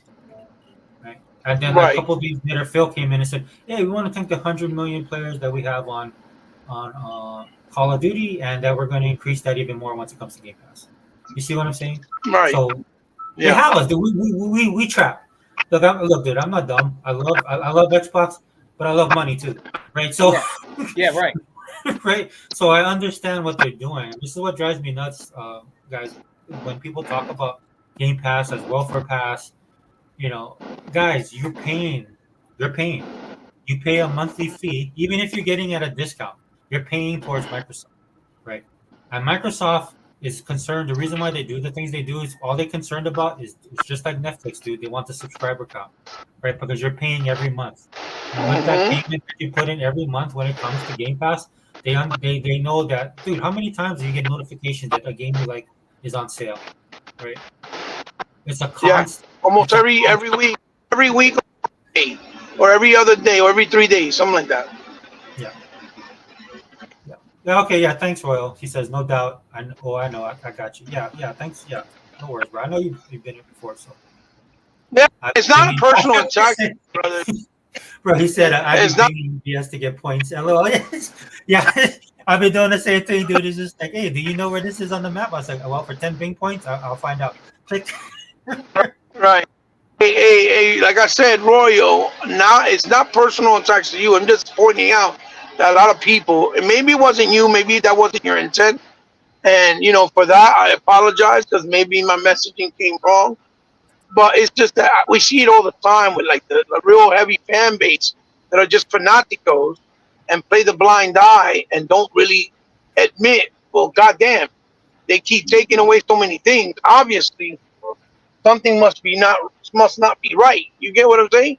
And they don't want to admit that because when you got the VR store closing down, when you have the point system being taken away, when you have the movie store being taken away, when you have the web browser being taken away, when you have all the actual perks that are cool on PlayStation or features behind stuck behind a paywall, right? That means they're pressed for money. So if you're pressed for money, it means your situation is not as good as people may think. And that's the whole point of why I brought it up, because you'll show them facts, you'll show people the truth, and automatically they're like, oh, no, you're just a hater of Sony. They're not going nowhere. They make more money than Xbox. But yeah, I can show them the chart where it shows they're over $200 billion in debt, meaning they still owe people. They have the lights open because they keep making revenue, but revenue is not profit. Revenue is not what they put in their pocket. So they pay people whatever they owe, and then they keep a little to continue doing what they're doing, and that's how they're functioning. But also keeping in mind that Sony also has a movie division. Sony also has the electronic division. So even though they're not as predominant as they used to be back in the day, they still make money off of that as well. So that helps their brand, or Sony as a brand, or as a whole, in a lot of ways as well. So that's another thing to keep, as far as keeping in mind that it plays a factor into why they're still not closing down. Same thing like they have this stranglehold and monopolization on the anime scene when it comes to the VOD and the physical aspect of anime, because they own Crunchyroll and both Funimation, Yeah, which were the only ones. that blows my mind, dude, that they Yeah, were allowed to do that. yeah, and they didn't get called out for it. They didn't get in trouble. They didn't get subpoenaed. They didn't get any type of lawsuit. Nothing happened, and they monopolized that entire anime market when it comes to the video on demand, and when it comes to buying, let's say, a movie that comes out in anime in Blu-ray or even 4K. Look, I just had to pay through them to the Crunchyroll store because it was the only place that had it. $37 for the Street Fighter anime movie in 4K. And they're the only ones that sell it. No one else can sell it unless it's through Amazon with a third-party deal, and they sell it even more. The cheapest was them for 37. Why is that? Because they monopolized the market. And the reason why they did that was so that they could have control and make money off of that to help Sony as a brand. So that's what I was trying to bring up when I said that. Okay, they didn't stop the stars rewards, but they stopped the reward system in general that they just opened up only 3 years ago, and it's already being taken away. Why? Because they're not making money. There has to be a reason why, and that's the only thing that makes sense. They're not making enough bread, so they're trying to cut corners. That's why they decided, hey, we're not going to support VR after they pushed so hard this VR narrative of VR is the future. When Phil said, look, VR is not sustainable at this point. VR is not worth What the. did they say? Phil hates gamers. Yeah, exactly. And Phil was just simply stating that it wasn't a viable investment at this time. Yeah, And he was 100%. He was 100% right. And people were like, "Oh, the liar! What a dirty bastard!" He said they wouldn't bring VR. No, he said the Xbox Series X console was powerful enough to do and perform VR as well. He never said we're bringing VR. He said it's capable of doing VR. Two Right. very big different things. And they took that. This is what I said from day one. We had VR back in the 80s. It didn't do all that great. We had it in the 90s. Yeah, that's Didn't do good. Chuck, We had Chuck, it now. It's still not VR doing all that great. Chuck, VR started with Sega. VR started with Sega on the Sega Genesis. That's where VR started. They had the whole thing ready to go and brought it out in Europe and never came out on fucking Europe, but they already had it in motion in play. The same way they were the first ones to do 3D with the Master System. Yes. Okay? And then we had the Virtual Boy. Then we had some other contraptions with VR. VR is not new. And every time they put an attempt to it, it fucking failed. Because it's a gimmick. It's not something that you can play long term. It's not something that everybody likes. It's not something that you can actually make very social with gaming. It's not, VR's not like that. It's more of a self-contained personal experience. And gaming right now is bigger socially, not by itself. Back in the day, we would play alone in our rooms by ourselves because we didn't have any other way unless somebody came over. That's not gaming no more. With a touch of a button on your phone, on your laptop, on your console, you can play with people in another side of the world within seconds or within minutes. You see what I'm saying? Yeah. So that's never going to work unless it was more social, where you're actually in there and it feels like you're in a lobby full of avatars with a bunch of people, like we were right there next to each other. Then maybe it might work, but we're not there yet. You see what I'm saying? Yeah. And so that's what Phil said. Phil knew that. That's why they didn't even try to push AI, the augmented VR reality. That's why they didn't do that, because it was still not the right time as far as the gaming space. It wasn't ready for the gaming space yet. It wasn't the right time. And these are the things that people fail to understand. So that's why I bring it up, because every time Sony does something, it's like they want to brush it under the rug. It's okay because they gave us this. Or it's okay because they're doing this. No, it's not okay. If they did, they keep taking away from you instead of giving you, then you cannot condone that. Because if Microsoft closed down the studios because the actual leader of the studio said, hey, Deuces, I'm out because I'm retiring, then 2 or 1 week or a month later, he comes on and says, hey, I opened my own studio with Microsoft money. Who wants to join me? When he showed his true colors and what his real intentions were, what do you think the studio is supposed to feel once he's gone that he built himself? Studio that he built it. And yet he left to build another studio and then convince some of those people from that studio to leave after they got a big fat check from Microsoft through the acquisition. How do you think that studio that stayed, the ones that stayed, supposed to feel? And yes, I'm talking about Tango Gameworks. That's why they shut them down. They didn't want to be doing any more projects. They shut them down. And even though they still gave them an opportunity to see if they can make some extra money by putting fucking goddamn Hi-Fi Rush on PlayStation, which they didn't fucking deserve, and all that shit talking. That's the game that belongs on PlayStation and on the Switch. And what happened? The game hit itself. Okay, let me read this comment real quick, and then you guys can jump on it. But Ziggy Crossman, welcome, brother, to the podcast. I think you're probably not an Xbox fan, but his comment is Xbox setting the stage for failure as always. So that's probably Christopher Fart. Oh, is it? You think he's that's his other? Yeah, I think it's Christopher Fart again, using a different thing. Hey, well, Christopher, bro, if you just use your real name, I'll let you. You're more than welcome here, dude.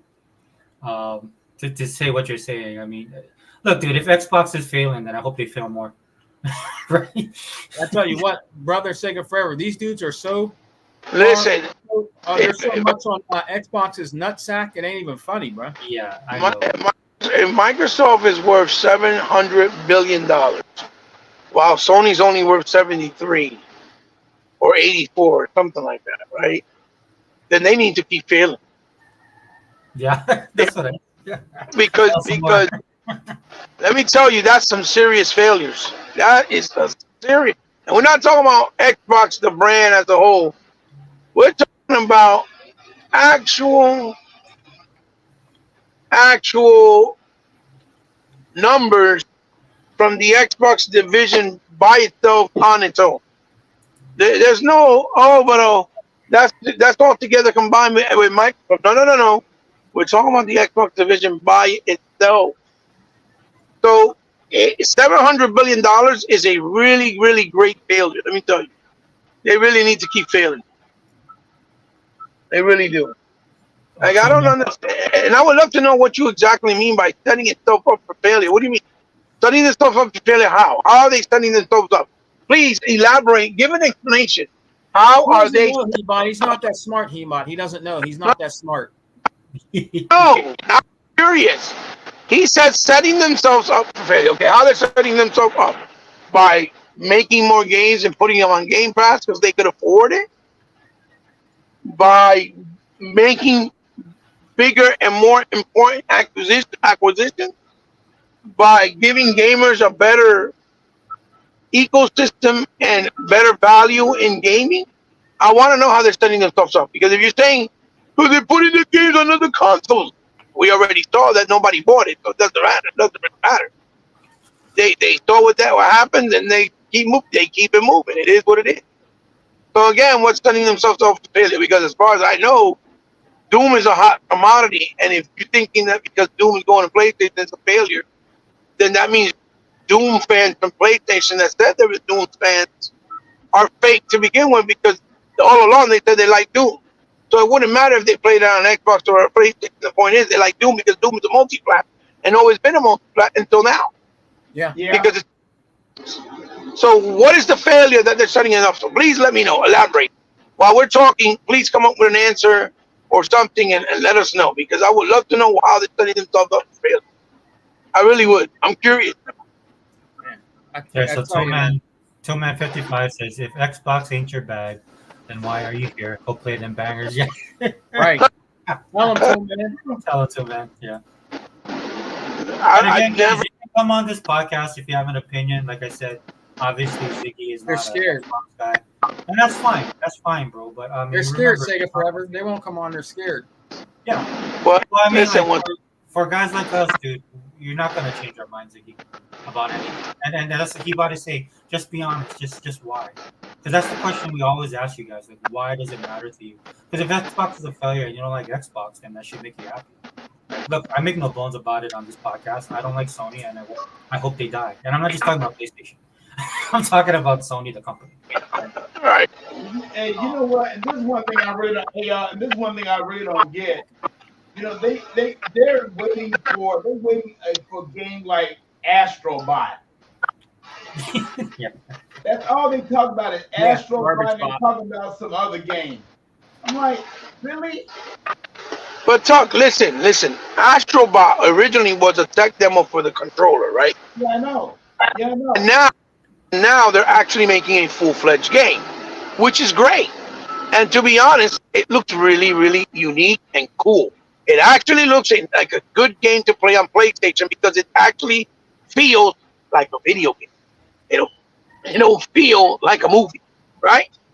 But my point is that I would be arguing more based on what you just brought up right now. I thought it was that Microsoft just had kiddie games. Right. Yeah, Yeah. yeah. Kiddie games, which our brother Sega Man put so eloquently yesterday in a video. The whole point was Xbox had never kiddie games. That's garbage. And all of a sudden, the two biggest kiddie games of this year, Astrobot and Horizon Lego, are the most games that they're sucking the cock up. So it's different now. You buy a $500. It's okay that you bought a $500 console to play two kiddie games that you could probably play on a GameCube if the GameCube was still out. That's what you're saying? Yeah, that's sad. That's the real question. Because again, it looks looks great, and I will be playing it because it actually looked like a unique video game. I state it again. It doesn't look like a movie. It looks like an actual game. You talking So, about if Astro, right? yeah, Astrobot. So, if now to play to like kiddie games, but before the whole point and the whole argument was Xbox had no games but kiddie games. Well, I like this. What's the difference now? The Lego game, it's not going to sell. They already don't play the game as it is right now, so it's not going to sell. I'm not looking for that to sell with a darn. And I'm serious. Even if it doesn't sell, the point is, brother Chuck, ask this question better to these folks. How come it's okay that now a 500 PS5 is worth playing for kiddie games? Yeah. Because I thought the whole narrative was Xbox is garbage. You don't need an Xbox because all they have is kiddie games when we had Ori, Cuphead, and Super Lucky Tales, and even Psychonauts 2 for that matter. The whole narrative was, oh, they got games, GFTs, kiddie games. Okay, so why is it different now? Good games. Why is it different now? I want an answer because we don't hold these guys accountable. All we do is give them a. I want an answer. Why is it okay that you? know different, but it is. It isn't, but you're not the problem because you played games. You didn't care whether they were. You didn't care if they were adult. I'm not asking you. I'm asking you to ask them because I want an answer. Why is it any different now that you can get a 500 PS5 to play kiddie games when it was bad when it was an Xbox One? Right, Ziggy. So answer the question, Ziggy. That's my point. Ziggy can't answer that question, y'all. He can't answer that question because I mean he might I don't know, but man, but when it comes down to the PS5 and all that stuff, you be dealing with a lot. You could be dealing with a lot of drama on the PS5 now. I mean, they got more drama on the PS5 than any game system. I mean, they don't want to ask. They want to know what Microsoft is doing. They don't want to never ask to see what Sony is doing. What about? I'm gonna put a segment what Sega Man have always What's said. up, Brother Unlimited? What is Sega Man? What have you always say? Don't worry about us. We're eating good.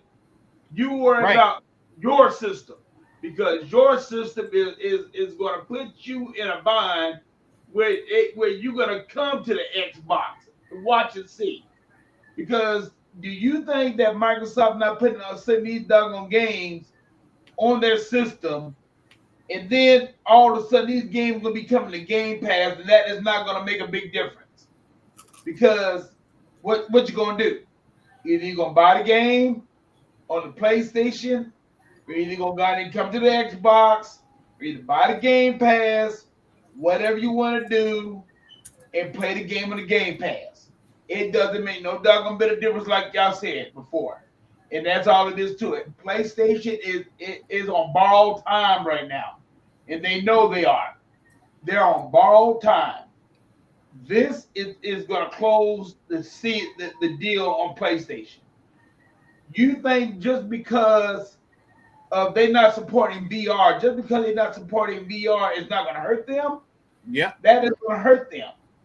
They put a lot of investment in that VR. And I mean, I'm talking about like as far as like making the machine. I ain't talking about their games. I'm talking about as far as making the double machine. But now, come on, y'all. Let's be real. Listen, Game Pass. They're gonna let me get through here, bot. Let me get through. They're gonna put this double thing on the PC. They're gonna put it on the PC. It's already dead in the water. Okay, they're gonna put it on the PC. You wasn't gonna have any of it. You wasn't even gonna have ethic feedback. You wasn't gonna have the eye control motion sensors on the PC version. And then you're gonna have the PC people buy a device for $61 to put it on their PC. Man, please. That's dead. in the water. That's dead. It's just dead. I mean, and I'm glad. Hey, now it's all the way dead now. So these PlayStation fans get mad all they want to. I don't even care. Everybody on this panel here has told PlayStation fans, your VR is dead on arrival. The PlayStation 4 hole is dead on arrival. You're gonna come out with I'm gonna put like this, y'all. They're gonna come out with a PS5 Pro. Hey, and I don't even think they're gonna come out with that. I'm serious because it's gonna cost them so much money to make it, and they're gonna have to come up with a price that's gonna be what, $600, $600, $650, and they don't have no games on it. I don't know, bro. I'm sorry. Game Pass is going to allow me to play The Path of the Goddess from Capcom via Game Pass next month, while I can go out and buy myself the fucking goddamn Space Marines coming out, because Game Pass gives me freedom. I pay my brother unlimited, like $100 for the Super Collector, because he hooked it up and got it for me, so that I wouldn't miss out, and I'm paying him back for it. But I'm able to do that because Game Pass saved me the aggravation of not being able to play something else unless I bought it at $70 a day. I play Hellblade, Arrow Halibut, now that new horror game that you said, Still Waters, and everything else like Path of Goddess, while I can buy Space Marines, while I can buy, my G.I. Joe beat 'em up or Toxic Crusaders, you know what I'm saying? It gives me the freedom to buy other things while playing, and then I can go back and buy the Hellblade 2s and buy the Alan Wake physical done right by Limited Run. I can buy the High Rush physical that's going to be done by Limited Run. You understand what I'm saying? I can do all those things. Huh? It gives you the freedom of doing what you want to do with the Xbox and the Game Pass. And that's a good thing. Oh yeah. So, and I don't want to hear this man anymore about what PlayStation can do. Because they want to be the market leader, so they should be able to do everything but Xbox is doing right now. But they can't because they asses is butt broke. They broke. They're the market leaders in console sales, yeah, alongside Nintendo. I'm gonna tell you right now, Zubot, I don't even think that. They the market leader.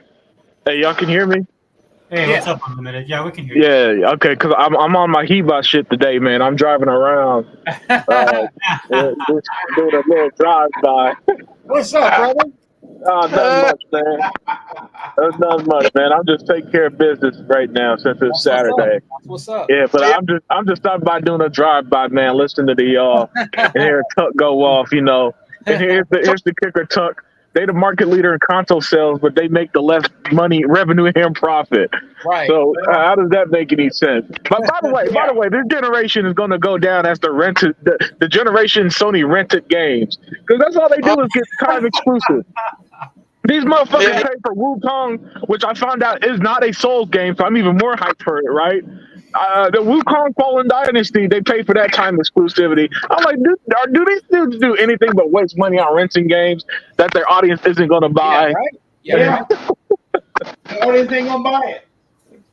The PlayStation is so pathetic right now. It's wonderful. Meanwhile, on Xbox, we got all these games. We got Game Pass. It's just crazy. It's crazy how great things are, man. All the beautiful perks. We don't, and you know what I'm saying? We could emulate every arcade game that they're trying to sell them. And because they're trying to be funny not to put it on Xbox, but yet we could play them right through the emulator. We could play on Xbox at a better quality. Speaking of which, he bought. People need to mention me on that MT engine bullshit, man. That is not a damn excuse. If those games could still run, if those Xbox One games running that engine could still run on the Series X, then they could port that game over. Get Yes, the fuck out of here. You know what I'm Said saying? it. Thank you. If I could play the beat 'em up with you right now, which we should do a video, me, you, Sega Man, all of us playing the Capcom beat 'em up, showing that you can play through MT Framework online via Xbox Series X or S, which proves that it doesn't matter because it's forward compatible. Because if that wasn't the case, then you couldn't play the fucking game, the PS4 version on PS5. That's the whole point, right? So shit just proves. Them saying that stupid shit just proves that they're full of shit. Yep.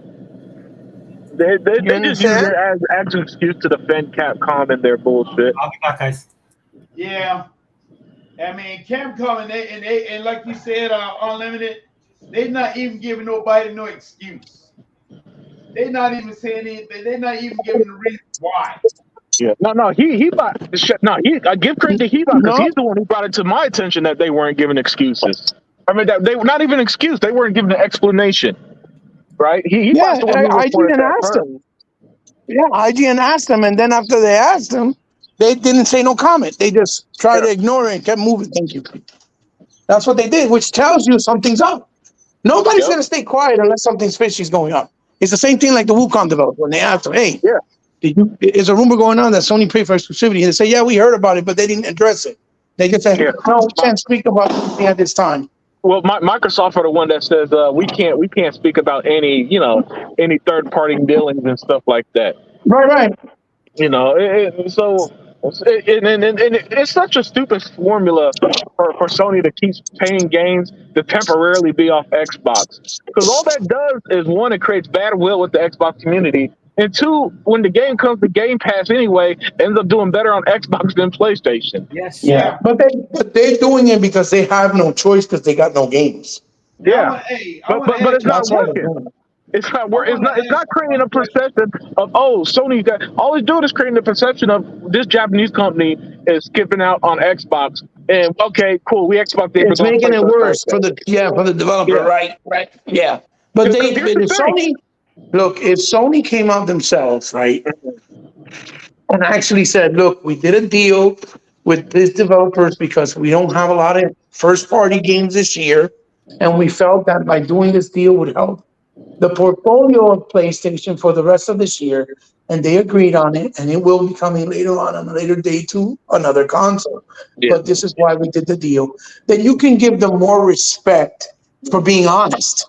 Yeah. But the shit is, man, that they try to act like they didn't do shit. Then they try to act like they still the shit, like their shit don't stink. Let me tell you right now.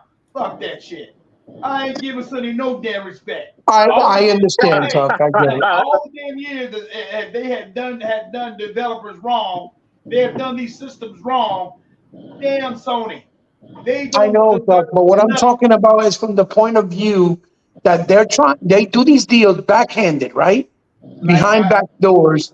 Then they try to act like, no, we didn't do that. And then they're the first ones trying to act arrogant, like, yeah, they chose our console because we're the best. You get what I'm trying to say? Sony is still doing the same crap, and I don't care because they don't deserve shit. No, they don't. I'm not gonna respect them, never will respect them. And that's all it is to it. I'm not arguing with you. Shit. I can't tell you what to do. I respect. No, he bought. Let's just tell yes, the truth. Sir. It doesn't matter. I guarantee you right now, because what I'm hearing now is that Spider-Man is getting hacked. Some of the people got Spider-Man. The new Spider-Man is about to come out. They said that some of it is being out there too now. I'm not really sure how much, but I heard that some of the new Spider-Man is out there too. So the only thing that I'm saying is this about Spider-Man right now, and all of them, Wolverine, every single one of them. Hey, let me tell you right now, they ain't doing that good right now in sales. What makes you think that those new games are going to come out next year? Because don't forget, it takes money to make the damn games. They ain't coming out next year, Tuck. You don't gotta worry. They are not coming out next year. No, what did Jim Ryan say? Hey, if they get Call of Duty, we are going to hurt, and that's just what's going on right with them right now. And I am so damn glad, because like I said, I would never buy that little black ass piece of white shit ass box in my house at all. I had a PS4, I had a PS3. Hey, and once I saw that PS3, I said it never come back. Yeah, let me tell you, once they allowed Tuck's account to get hacked, it was no turning back. No, Tuck don't forget him for that shit. He ain't forgive him for that shit. hell no, I didn't forgive him because that shit. Hell, they turned around and did that shit with their When they hacked your account, right? Yeah. And I'm over trying to get $300 back out of my damn account, but no. But my bank told me straight up that that's not their fault. That's Sony's fault. And I couldn't get none of my damn money back at all. So, Yeah, I'd never touch a PlayStation again if that happened to me too. By the way, man, shout out to Phil Spencer calling out Sony and their slimy business practices, and then corporate slaves Sean Layden, who don't even work for fucking Sony, and he out here defending his food thing. Right, his little sweetie pie, because he ain't gonna let nobody talk about poor old little Sony. You know, so Sony, the company that everybody comes to their defense like they're a fucking 5-year-old little girl who needs protection. You know what I'm saying? Oh no, not Sony. It's Phil Spencer. You don't you dare say anything about them. And like, remember, don't forget the pedos. Don't forget the pedos, unlimited. Unlimited. Don't forget the Sony pedos. Oh yeah, That they try to act that it exists and nobody talked about. Don't forget about the pedos. Yep. Yeah, man. Sean Layden out here defending Sony out here and he don't even work for. This motherfucker work for Tencent, and he's still defending Sony. I'm like, well, you heard what he said yesterday, right? Huh? Did you hear what he said yesterday? No. He was saying that the console war stuff should come to an end, and it should be a future with one console where everybody produces games for. And everybody was saying, okay, simple. Let's kill Sony and let there be one. oh, man.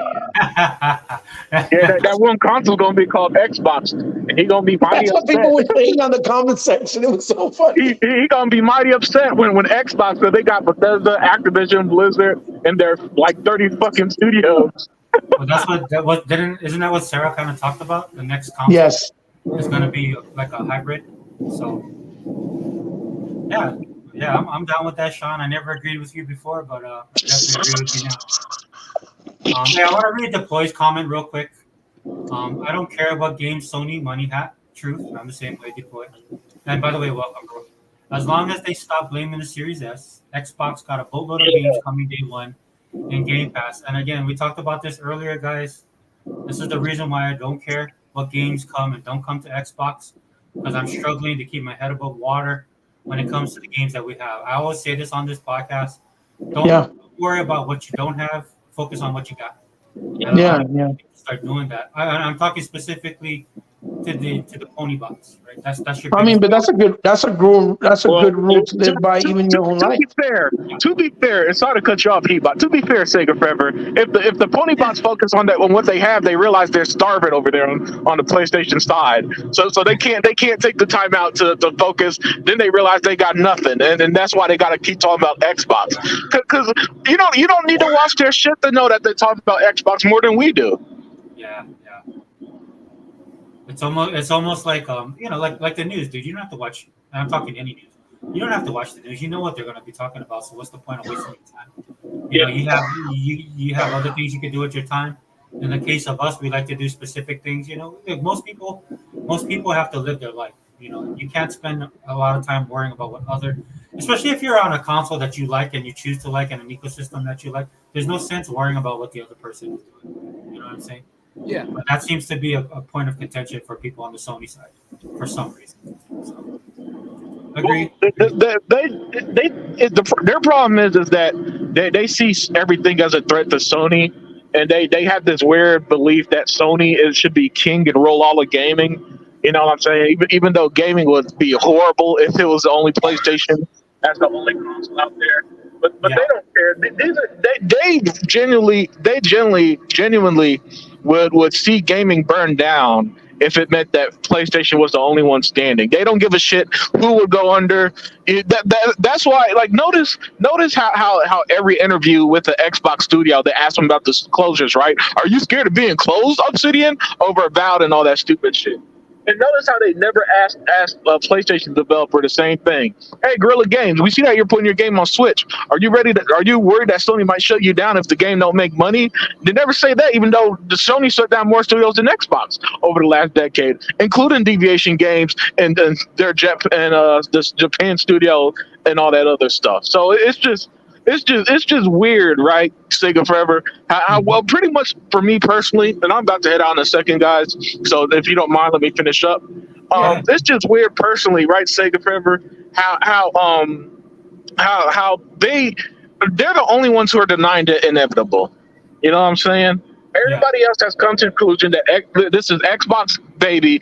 Gaming is Xbox to run. The gaming run through Xbox. They had the most watched and most popular showcase, and it wasn't even close. They're the only ones that you can only get it to the point. Even the YouTubers can only get good views when they talk about Xbox, right? Yeah. That's how relevant Xbox is in everybody's mind. It's to the point where every time Xbox puts out the milestone, like Phil Spencer literally said, they have more people playing on the Xbox consoles than ever, and we're the only ones who going to highlight that. Why? Because if they highlight the truth, it'll kill their narrative, right? And meanwhile, Sony are on the other side. Sony's stupid asses are saying half of our play base is still on PS4. Why is that? Well, maybe because in 2020 Xbox cut production of the Xbox One and focused on the current gen, while Sony was so busy trying to break a stupid ass record of units sold with the PS4 to keep still selling the stupid ass console, right? Mm-hmm. And they give the people no reason to upgrade. Oh wow! You could play God of War and Horizon on your PlayStation 4. You know that, right? Yeah. Yeah, that's the reason. That's the reason why they have so many, and people are still on there because they was more worried about, like you said, breaking a record instead of actually moving forward. Yeah, and the kicker is that the Switch is going to be the one that break that record, not the PS4. Right, mm-hmm. and so this is why I'm glad Xbox just that's why I'm glad you really only get their information during, say, quarterly reports or specific interviews, because they don't need to brag about anything, because their actions are showing that they're fine. Listen, there's a reason why they're the only ones who could afford Activision and Bethesda and all of them, right? They're the only ones that can afford the infrastructure for Gamepass and Xbox Live, right? And there's a reason why, and as Hebot always say, Nintendo don't spend money like that. Sony keeps wasting money and never make anything back, and as a result, we live in this world where everybody's in denial. Everybody except for the Xbox guys who see the truth. The rest are just in denial, right? Well, Sony are saying the PS5 has sold the most. Come on now.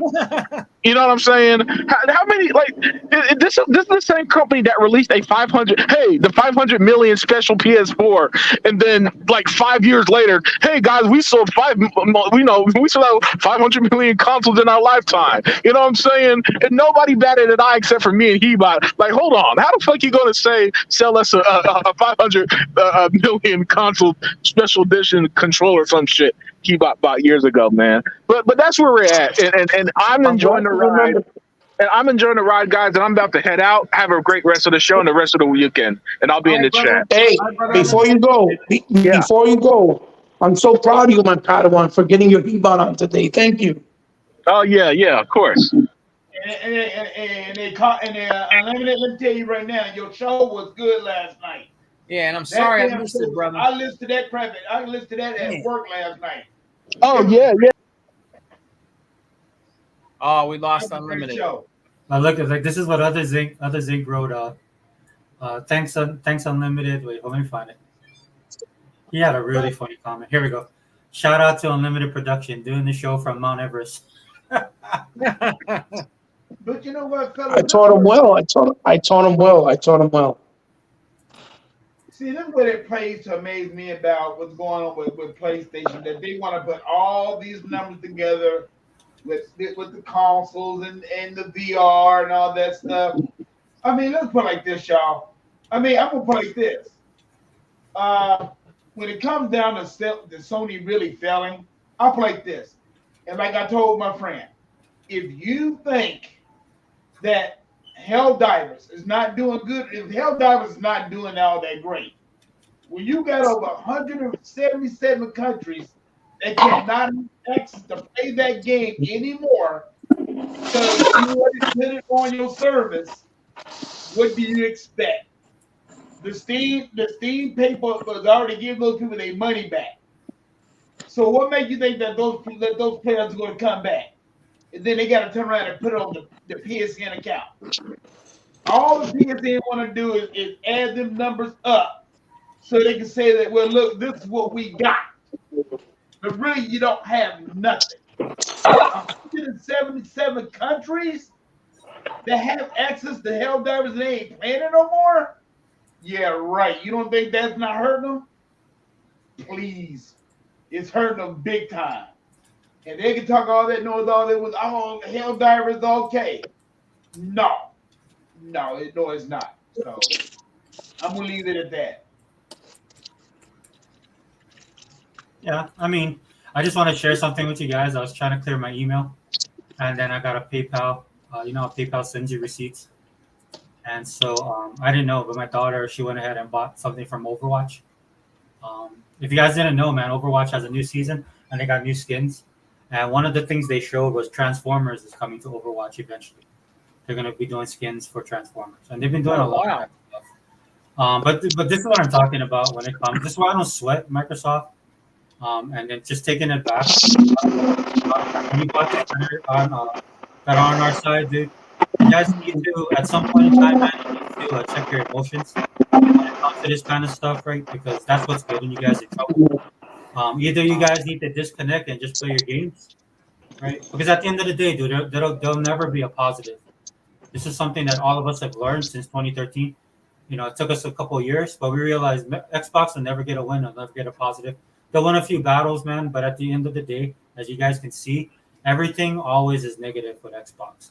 And a lot of you guys can't hang with that, man. I understand that. So the best thing that you guys can do is just play your games. That's the best advice I can give you guys. Yeah, I see you guys, and even some of the most staunchest people. If you, some of you guys are not made for this console war stuff. A lot of you guys believe that there's no console war until you participate in it.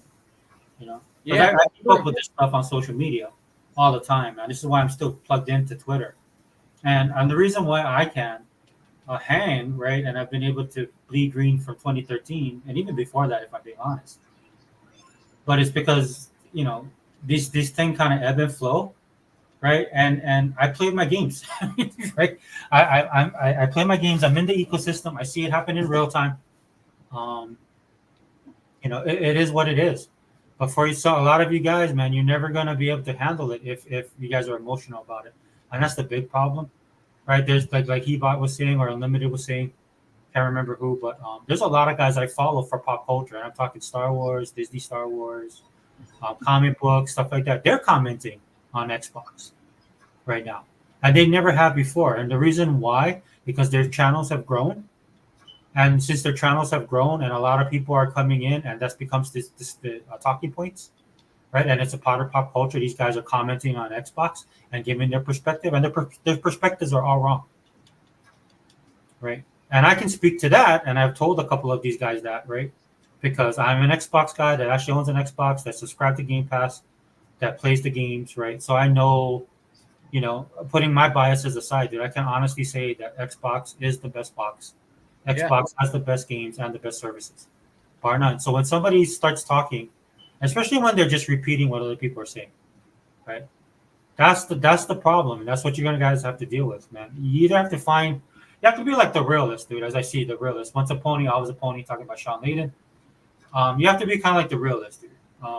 In a sense of you have to find your way, you have to find your niche, right? Regardless if you like PC, Xbox, or whatever that you like, you got to know who you are and what you like to do, what you like to play.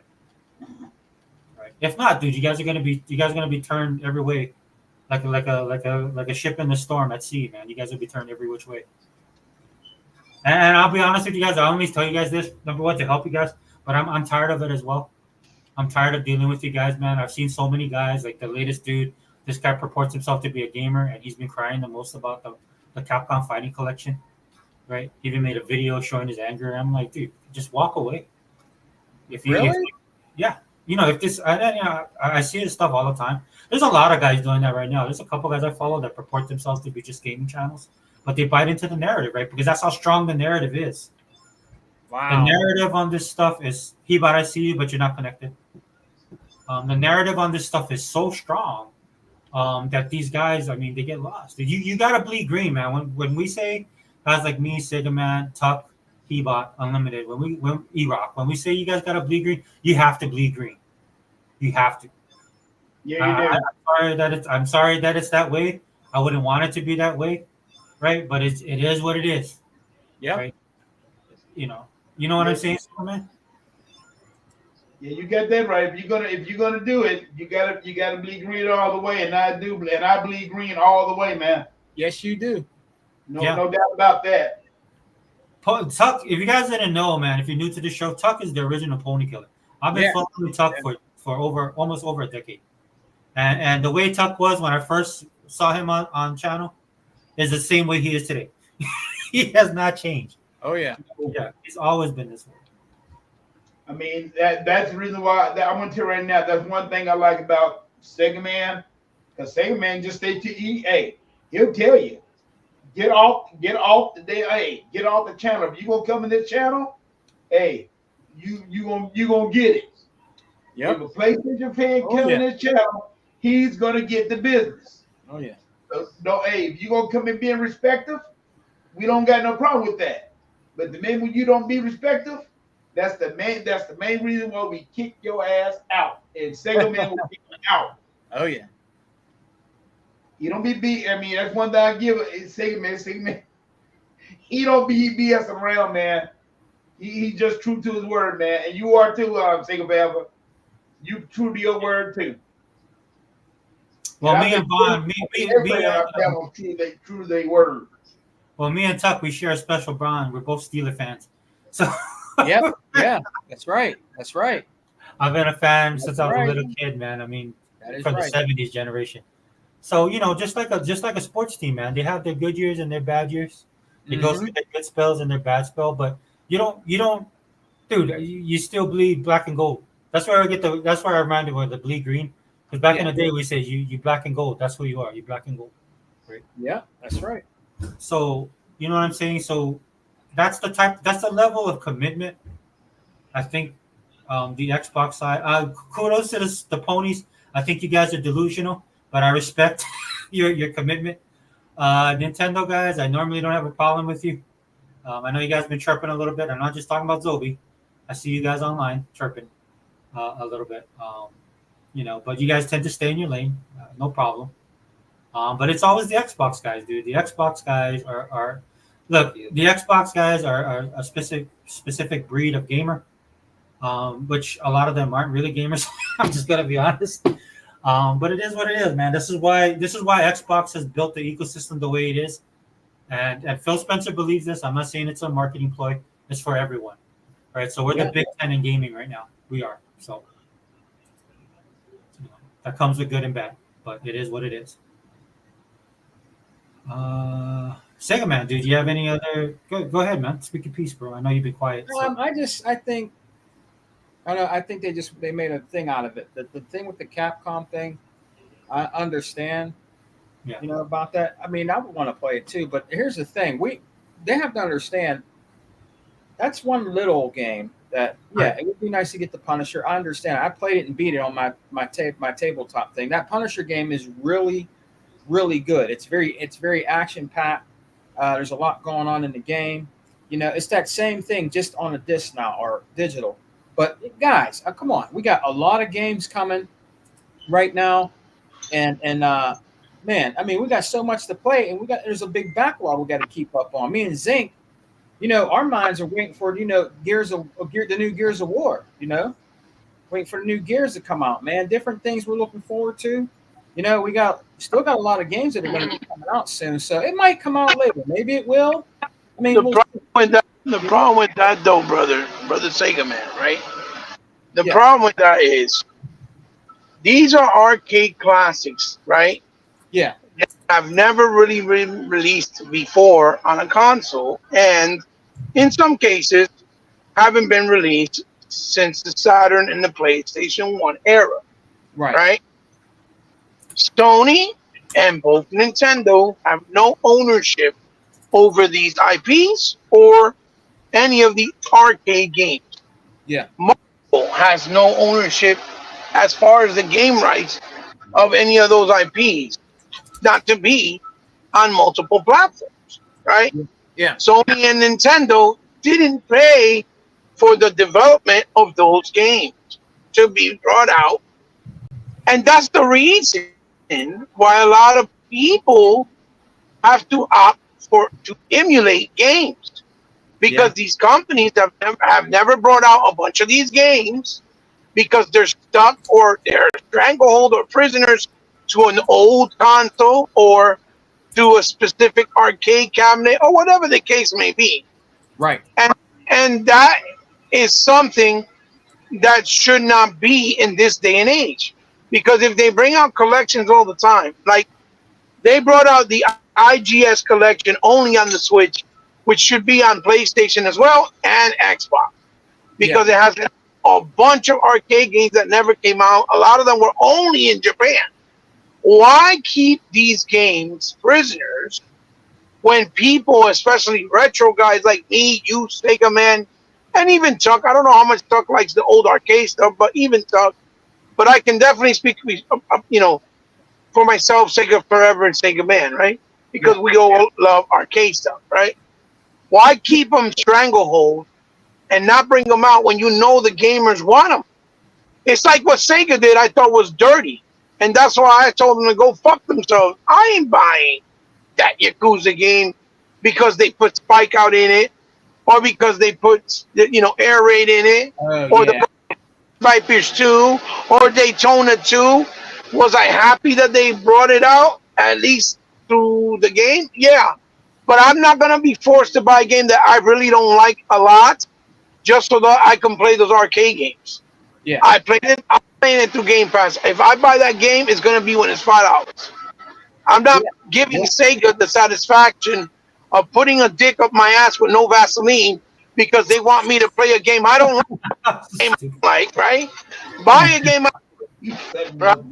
In order for me to play my arcade classics that we never had at home. Arcade games that were never released. Daytona 2 was never released ever in home format. Ever. It wasn't. Came out in the OG, but it still wasn't 100% arcade perfect because it was missing some things. So if Capcom knows that the Punisher has never been released other than the Genesis era, because the Genesis version was just like an inferior version, obviously, and it was never released in arcade form 100%, right? Mm-hmm. Why the fuck are you skipping the Xbox when you put every other collection?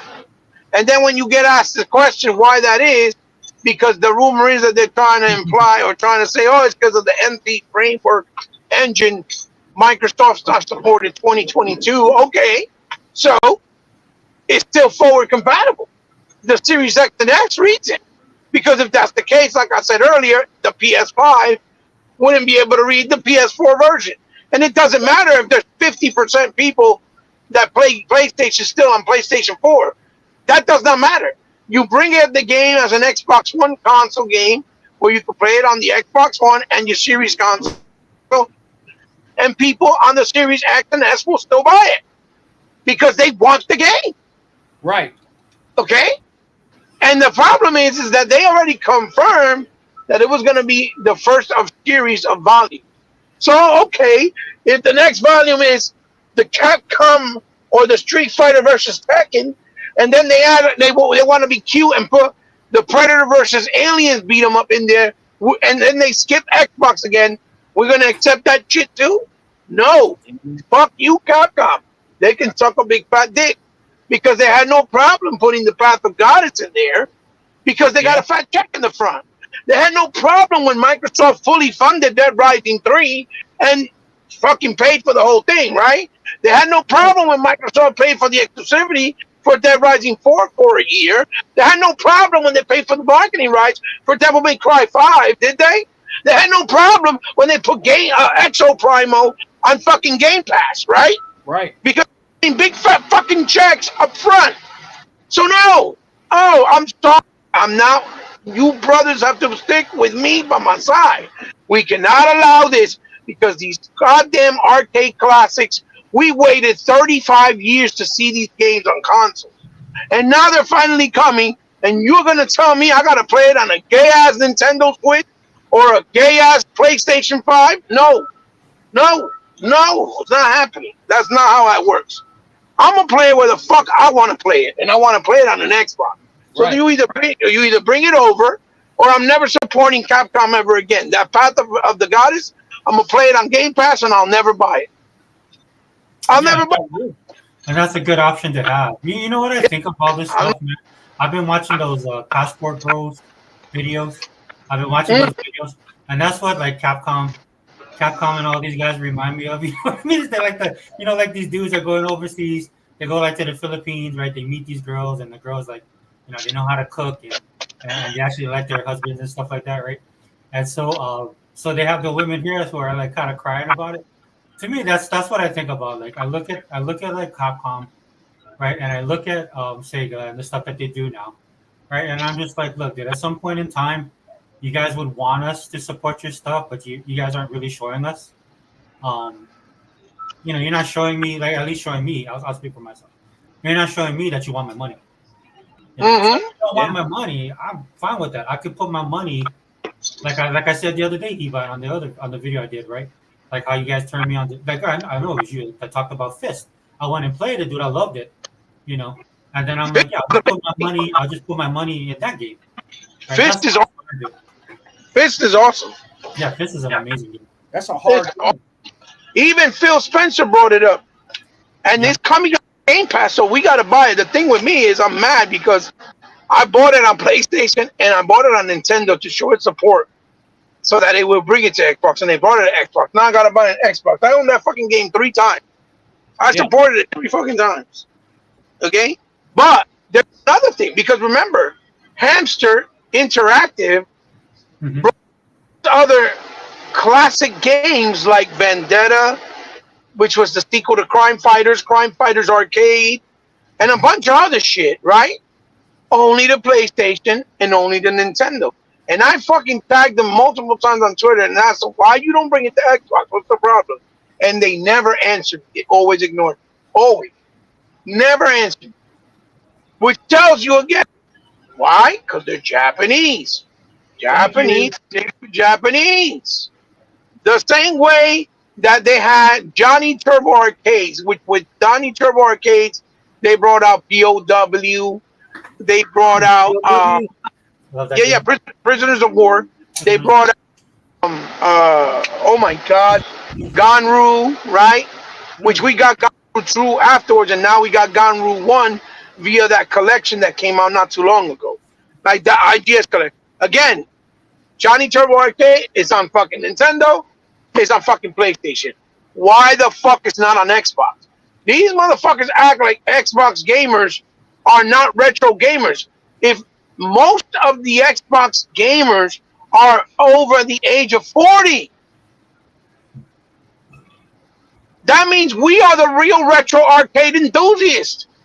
Most people on Nintendo are young kids and the weirdos that are adults that act like they never got no ass, right? Yeah. And then you got the ones on PlayStation that are a bunch of teenagers because it's the cool console to own. Everybody's playing on it. I want to play with my friends. They're on PlayStation, right? That's why I don't understand why they put a wonderful arcade classic like Revenge of Double Dragon, the sequel in the arcade, on a PlayStation when the motherfuckers don't even know what that game is. Yeah. You see what I'm saying? Yeah. Then you go in there and you see a game like Hong Kong Massacre that finally came to Xbox. Dope ass, top down, isometric shooter, beat 'em up. Hong Kong Massacre, look it up. It's $1.99 right now on the Switch because it's been out like 2 years. $1.99 because that means that shit never really sold. Yeah. And yet on fucking Xbox, it's like $35. Yo, dude, like seriously? Yeah, that's crazy. Why did you make me wait 3 fucking years to put it on the console? Then you go and fucking charge me 3 arms and a leg? For that, I'll buy it on the Switch, and when it goes on sale on Xbox, then I'll buy it on Xbox. Because ain't no. But that's what, yeah, that's the options, right? Right. I understand, and that's the options that they're providing to you, unfortunately. You know, and I know it's infuriating. Yeah, I agree. It's fucking crazy. Arcade games should not be stuck, and that's the reason why people emulate. And then these companies want to complain about emulation. Listen, emulation is not stealing unless you're putting it on a disc and selling it. It's your own for your own personal use. But the reason why people have to be going to that point of going to emulation is because they don't give us a choice. They don't fucking bring out those arcade games, and then when they finally do, and this goes to Sega too, fuck Sega, I'm not defending them either. Fuck them, they can eat my ass. Okay. Okay, just in case, because because I know somebody's gonna be like, yeah, but you didn't mention Sega, they're doing the same shit. No, fuck Sega. That's why I'm not buying that Yakuza turn-based, whatever the fuck game came out, DLC, where you gotta get all so you can play the arcade game. Nah, I'll play it through Gamepass. Fuck you. When it's $5, then I'll buy it. Okay, there's no reason for any of those arcade games to be stuck behind a paywall or restrictions or limitations. If those arcade games have been out of the market and, stuck in the arcade for years, for 30 plus years, don't be a fucking bastard, Capcom. Bring the fucking arcade collection. That's why I'm telling you, I'm almost 100% sure, because it's a smaller title, they wanted a slot on Game Pass, because Game Pass got certain amount of slots monthly or probably every quarter. They couldn't fit them in, so they're like, all right, fuck you then. We're not going to bring it out. We'll bring it out to the other console because they were mad and they couldn't get a slot. Because they want to get money from Microsoft up front. Hiba, do you think though it was one of those situations where, like maybe they didn't have a spot, right? Or it could be like Capcom wanted to sell it physically, but eventually it will come to Game Pass. Because I'm thinking that's what it might be. Right. It's just like they're gonna put it to physical together, but since it's coming to Game Pass, they won't sell it to us physical. They'll sell it to he about left. Crap. But they'll sell it to everybody else physical, and then we'll get it into Game Pass and eventually digitally. Because I've seen them do that a couple of times, right? That's very Sega Forever. That's very possible that they might do something like that. That's very possible. Like I was hoping, like what would be really funny given all the drama is that, like, the week of Gamescom, they like shadow drop it into like Game Pass. Maybe that's the deal they have with Capcom. Yeah. Because if the showcase has showed us anything, man, is that none of these people know what they're talking about. Me, you, Hiba, all of us, our guests. I hate to say the guests, but the way we deduce this kind of stuff is as realistic as everybody else's, in my opinion. Yeah. I'm not saying that we're going to be right, but I would rather listen to you guys speculate and the conversations we have about what could happen and could not happen, rather than the people that's supposed to know. That's supposed to know, man. In fact, there's a little bit of butthurt with some of these guys, man, because Microsoft did not send them things, right? So they of course, they're definitely butthurt about that. Because a couple of times I heard them reference was like, well, it's on Xbox Wire, so you can check it over there. I'm like, yeah, damn right, it's on Xbox Wire, where it should have been all this time. We don't need you guys. Right. I mean, I don't utilize you guys at all. It's too bad he dropped. But you know what I'm saying, Sega, man? You know what I'm saying? Yeah. He'll probably be back.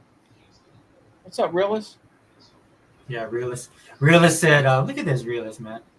Hold on, let me pull up his thing.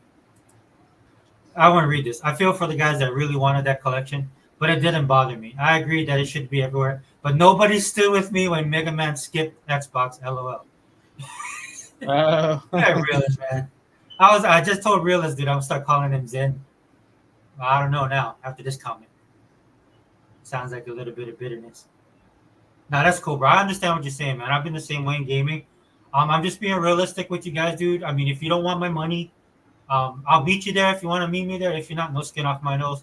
I don't worry about Xbox so much. And what I mean by that is, I think Xbox, this is part of their plan, right? Is to do the third party the way that they're doing. Yeah. They're paying for it, right? Because it's kind of like, I know Tuck can speak on this, dude. Like, we both work in federal. But, in federal, we utilize a lot of contractors, right? And there's reasons why you use contractors, right? There's specific reasons. That's what I look at with these third party guys, right? Microsoft is getting what they want out of it, regardless, right? They're willing to fork the cash out because at the end of the day, they want content and they want content for Game Pass. This is why I tell you guys all the time, you want Game Pass to grow and keep on growing. You want people to subscribe to it and be like Netflix subscription, right? And then they're just locked in because that gives Microsoft more power when it comes to this kind of stuff, so they don't get screwed over. Not that I think I'm saying in the sense of, it's what matters to us at the end of the day, right? And that would definitely benefit us. Look at Zink and Real is talking about football. Are they? Yeah, dude. I'm trying to put together a sports podcast with all of us. Because yeah, that'd be cool. Yeah, if you want to jump in, bro, Tuck, you're invited, man. If you want to do that, I know Tuck is a big sports fan. Say it again. I've been talking with Realist and Zink. We're trying to put together a sporting podcast. If you want to jump in. Oh yeah. Yeah, because all this Xbox stuff, it's cool, right? But I'm trying to diversify my portfolio when it comes to the content, or else I won't make videos, dude. So. Oh yeah, I mean, anytime. I mean, are you gonna do that now? No, he's got to put it together, brother. Yeah, we're gonna put it together. We've kind of talked about it. Look at Realist, dude. See, this is why Realist. This is why I want to like you, but then you say something like this. The Realist says he says that he's talking about me and Zink, where Caitlin Clark stands. Hey, dude, when you're that good, you know what I mean? But honestly, dude, I would not be watching the WNBA if it wasn't for Caitlin Clark. But I tell you what, man, now that I'm watching it, dude, I see what everybody's saying. There's a lot of talent. There's a lot of skill. They got to work on some stuff, man. But I was watching the Atlanta Dream play. I've been gravitating to them, man. Young, they hustle, dude. I like their attitude. I like their aggressiveness. Good team, man. Coach seems on top. The girls. Yeah, WNBA. Yeah. Yeah, those girls can play, man. Oh yeah, they can play, dude. I had to apologize, man, because I should have been keeping up with the WNBA all this time because I love basketball, and I missed out on a couple generations of good players, man. I missed Candace Parker, all of that stuff. So I'm in it now, dude. But I'm trying to get up to speed. But I've been watching the Atlanta Dream play. I like the Aces. Definitely like the Sparks, man. Even though they lost Cameron Brink, that was sad. She tore her ACL, looks like, so she might be out. She's going to be out for the season. Hopefully, she'll be able to come back. Depending on with medical technology now, they'll be able to fix it up. So, but Rakita Jackson, man, that chick is the truth. She's good, man. Yeah, she is. Yeah, she's super. And like I tell people like this, Caitlin Clark, she's gonna be good. She is good. Yeah, she's gonna get better. Just gotta give her time. Yeah, so I was watching the game with the Dream, and it's kind of funny, man, because sometimes she's out there, you can see she's a little lost because she's trying to fit into the team's system, right? But right, I see what the coach is doing. That's why I didn't jump on the coach the way other people did. I mean, I don't agree with some of the stuff the coach is doing, but overall, I understand the game plan, right? And she's getting the other girls. She's getting the other girls in on the she's trying to raise the team up, so that she won't be the only option and they get trapped. And Aaliyah Boston, dude. If she can learn a couple more drop. Oh, she's awesome, man. Yeah, she is awesome. Yeah, I really like Aaliyah. I like even the other girl, man. I can't think of her name, man. She need to work on her shooting though. Well, actually, that's like every girl in that league. Yeah. Sometimes it's very tough. Sometimes they shoot the lights out.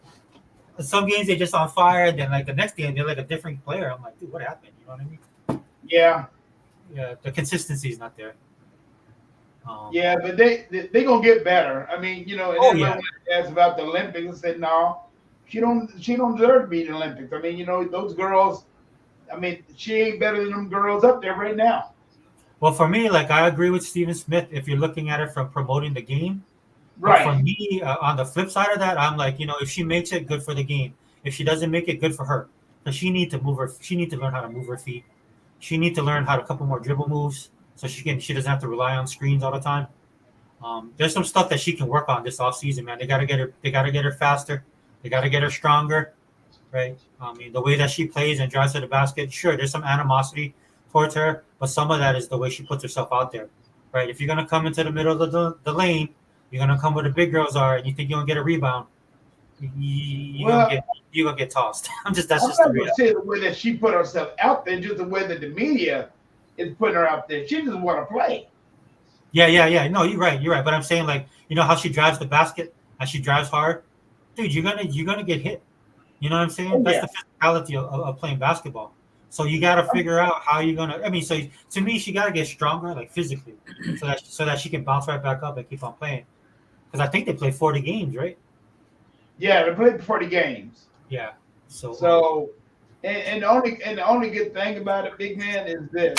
It's just the fact that for number one, when they shut down for the Olympics, she get a chance to get a good rest. Yeah. So, Look at Zink wrote you. Look at what Zink wrote you. Tuck.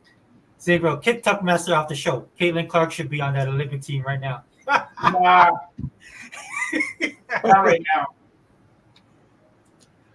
Just really quick, guys. I know we're getting away from the topic, but Tuck, yeah, yeah. I'll send you a link, bro. I got you on Instagram.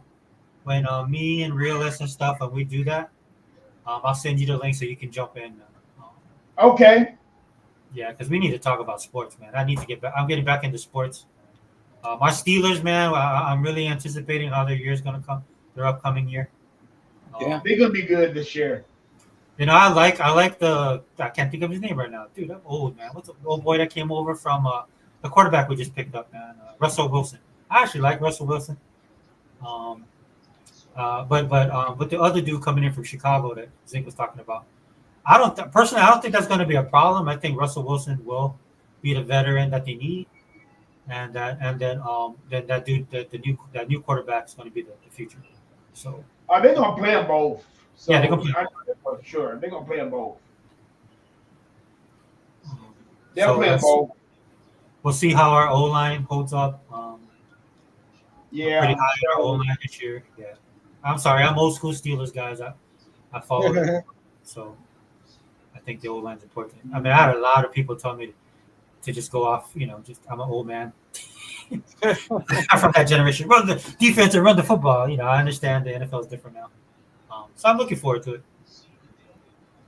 But yeah, guys, just real quick, I'm going to have to go. If you guys want to hang on and keep the podcast going, that's fine. But if not, dude, I'm going to have to shut down because my daughter needs to go. I need to drop her off. Oh, okay. Yeah, I mean, you got anything else to say, second man? No, man, I think we had a nice little show, man. That was cool, man. I think we had a good show, man. And he bought in here and Brother Unlimited. Yeah. Pretty good. Yeah, Tuck, I'm we glad you're here, Tuck, dude. I'm glad you're able to. We I've been did trying good. to. We did good. Yeah, I've been trying to. I know we don't. I forgot that. I forgot your name. That's why I'm not gonna lie, Tuck. Your real name. That's why I couldn't find you. I see it now. So I have you on Instagram, dude. I'll just shoot you a link like I do everybody else with the podcast. So just Okay. yeah, because I forgot you. I'm not saying your real name, but I forgot. My real name's Miguel, man, but everybody okay. call me Tuck. Right. So yeah. So whatever, dude, and even on the other podcast as well. But thank the chat for being here, dude. Royal Boyle, man. Yeah, no harm, no foul, brother. Even if you're a pony like that one dude that came in here and said stuff, I don't care. I really don't, man, because at the end of the day, you don't pay my bills. You don't buy my food. Right. Right. I've been saying that for years. Yeah. Maybe if you buy me a Caitlin Clark shirt, I might change my mind. If you can find it in 5X, I doubt you can. Just like Zink was saying, he'd buy her sneaker if it was in size 15. I don't know if we won't be that lucky, Zink, but it is what it is, guys. But at the end of the day, you can have your comments, dude. If you haven't figured this out, dude, the guys in this podcast the guys we all rock out with, we bleed green, dude. Nothing you're gonna say will change us. right? And to be honest with you, a lot of the times you guys hate on X Me, that just makes me stronger. Dude, I went and watched. I watched Destin. I watched Kind of Funny Games. I watched all these losers just to drink their salty tears, because of the showcase that just totally destroyed everything. Just destroyed all their narratives. Now, what they did, they didn't cry about it, right? What they did was all of a sudden there was instant Xbox fans. I really, they was excited. They was happy. There's some of them that was like, I've been an Xbox fan all this time. And I'm like, they didn't own up to it, which is fine. Look, dude, I'm petty. So I think the only person more petty than me is E-Rock. So it was a good time had. But yeah, let's wrap it up. Tuckmaster, man, shout yourselves out, dude. Shout yourself out. Say it again. Oh, go shout yourself out, my brother, and we'll wrap it up. Hey, yeah, this is your boy DJ Tuckmaster, 785, the original Pony Killer. Just don't believe in Sony. Don't never ever believe in them. They're a lot of lies. And that's all I got to say about that. And I would never ever be a Sony pony or a Sony fan again. Never. And that's it. All right, Sega Man, go ahead, bro. It was a great show doing a podcast with my brother, Sega Forever, man. A really great show, guys. Yeah, like I said before, hey, we're still doing good.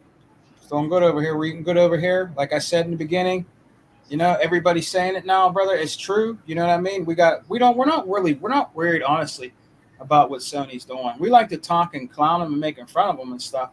The ponies, and stuff like that. But honestly, me, Sega Forever, he bought E-Rock, Unlimited, First Lady of X, Zinc, so on and so forth down the line.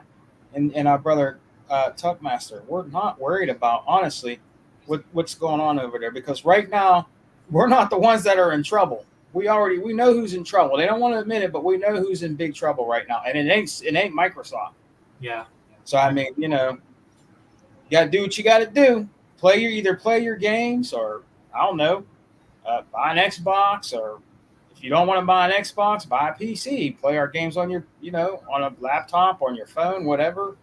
But it is what it is, man. Microsoft is, hey, money talks, guys, and bullshit walks. That's just the way it is, And thanks for being on, my brother. So just shout out again to the Realist, Other Zinc. Of course, man, I got to shout out Toon Man, bro. He's always representing. Thank you, Toon Man. Royal Boyle, thank you for being here, my brother. Ziggy Crossman, dude, welcome. I thought you'd be back next week, but you're more than welcome. Unlimited, stop by. Thank you, brother, for being here. Deploy, man. Good to see you, man. Always respect to you. I know I see you in the chats all the time. Again, Realist, bro. I know you're on the move, or you're probably working, dude, but I linked you.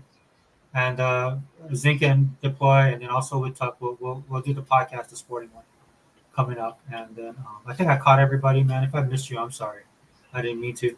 But yeah, I got to run, guys. Xbox All In channel, host Sega Forever. We out.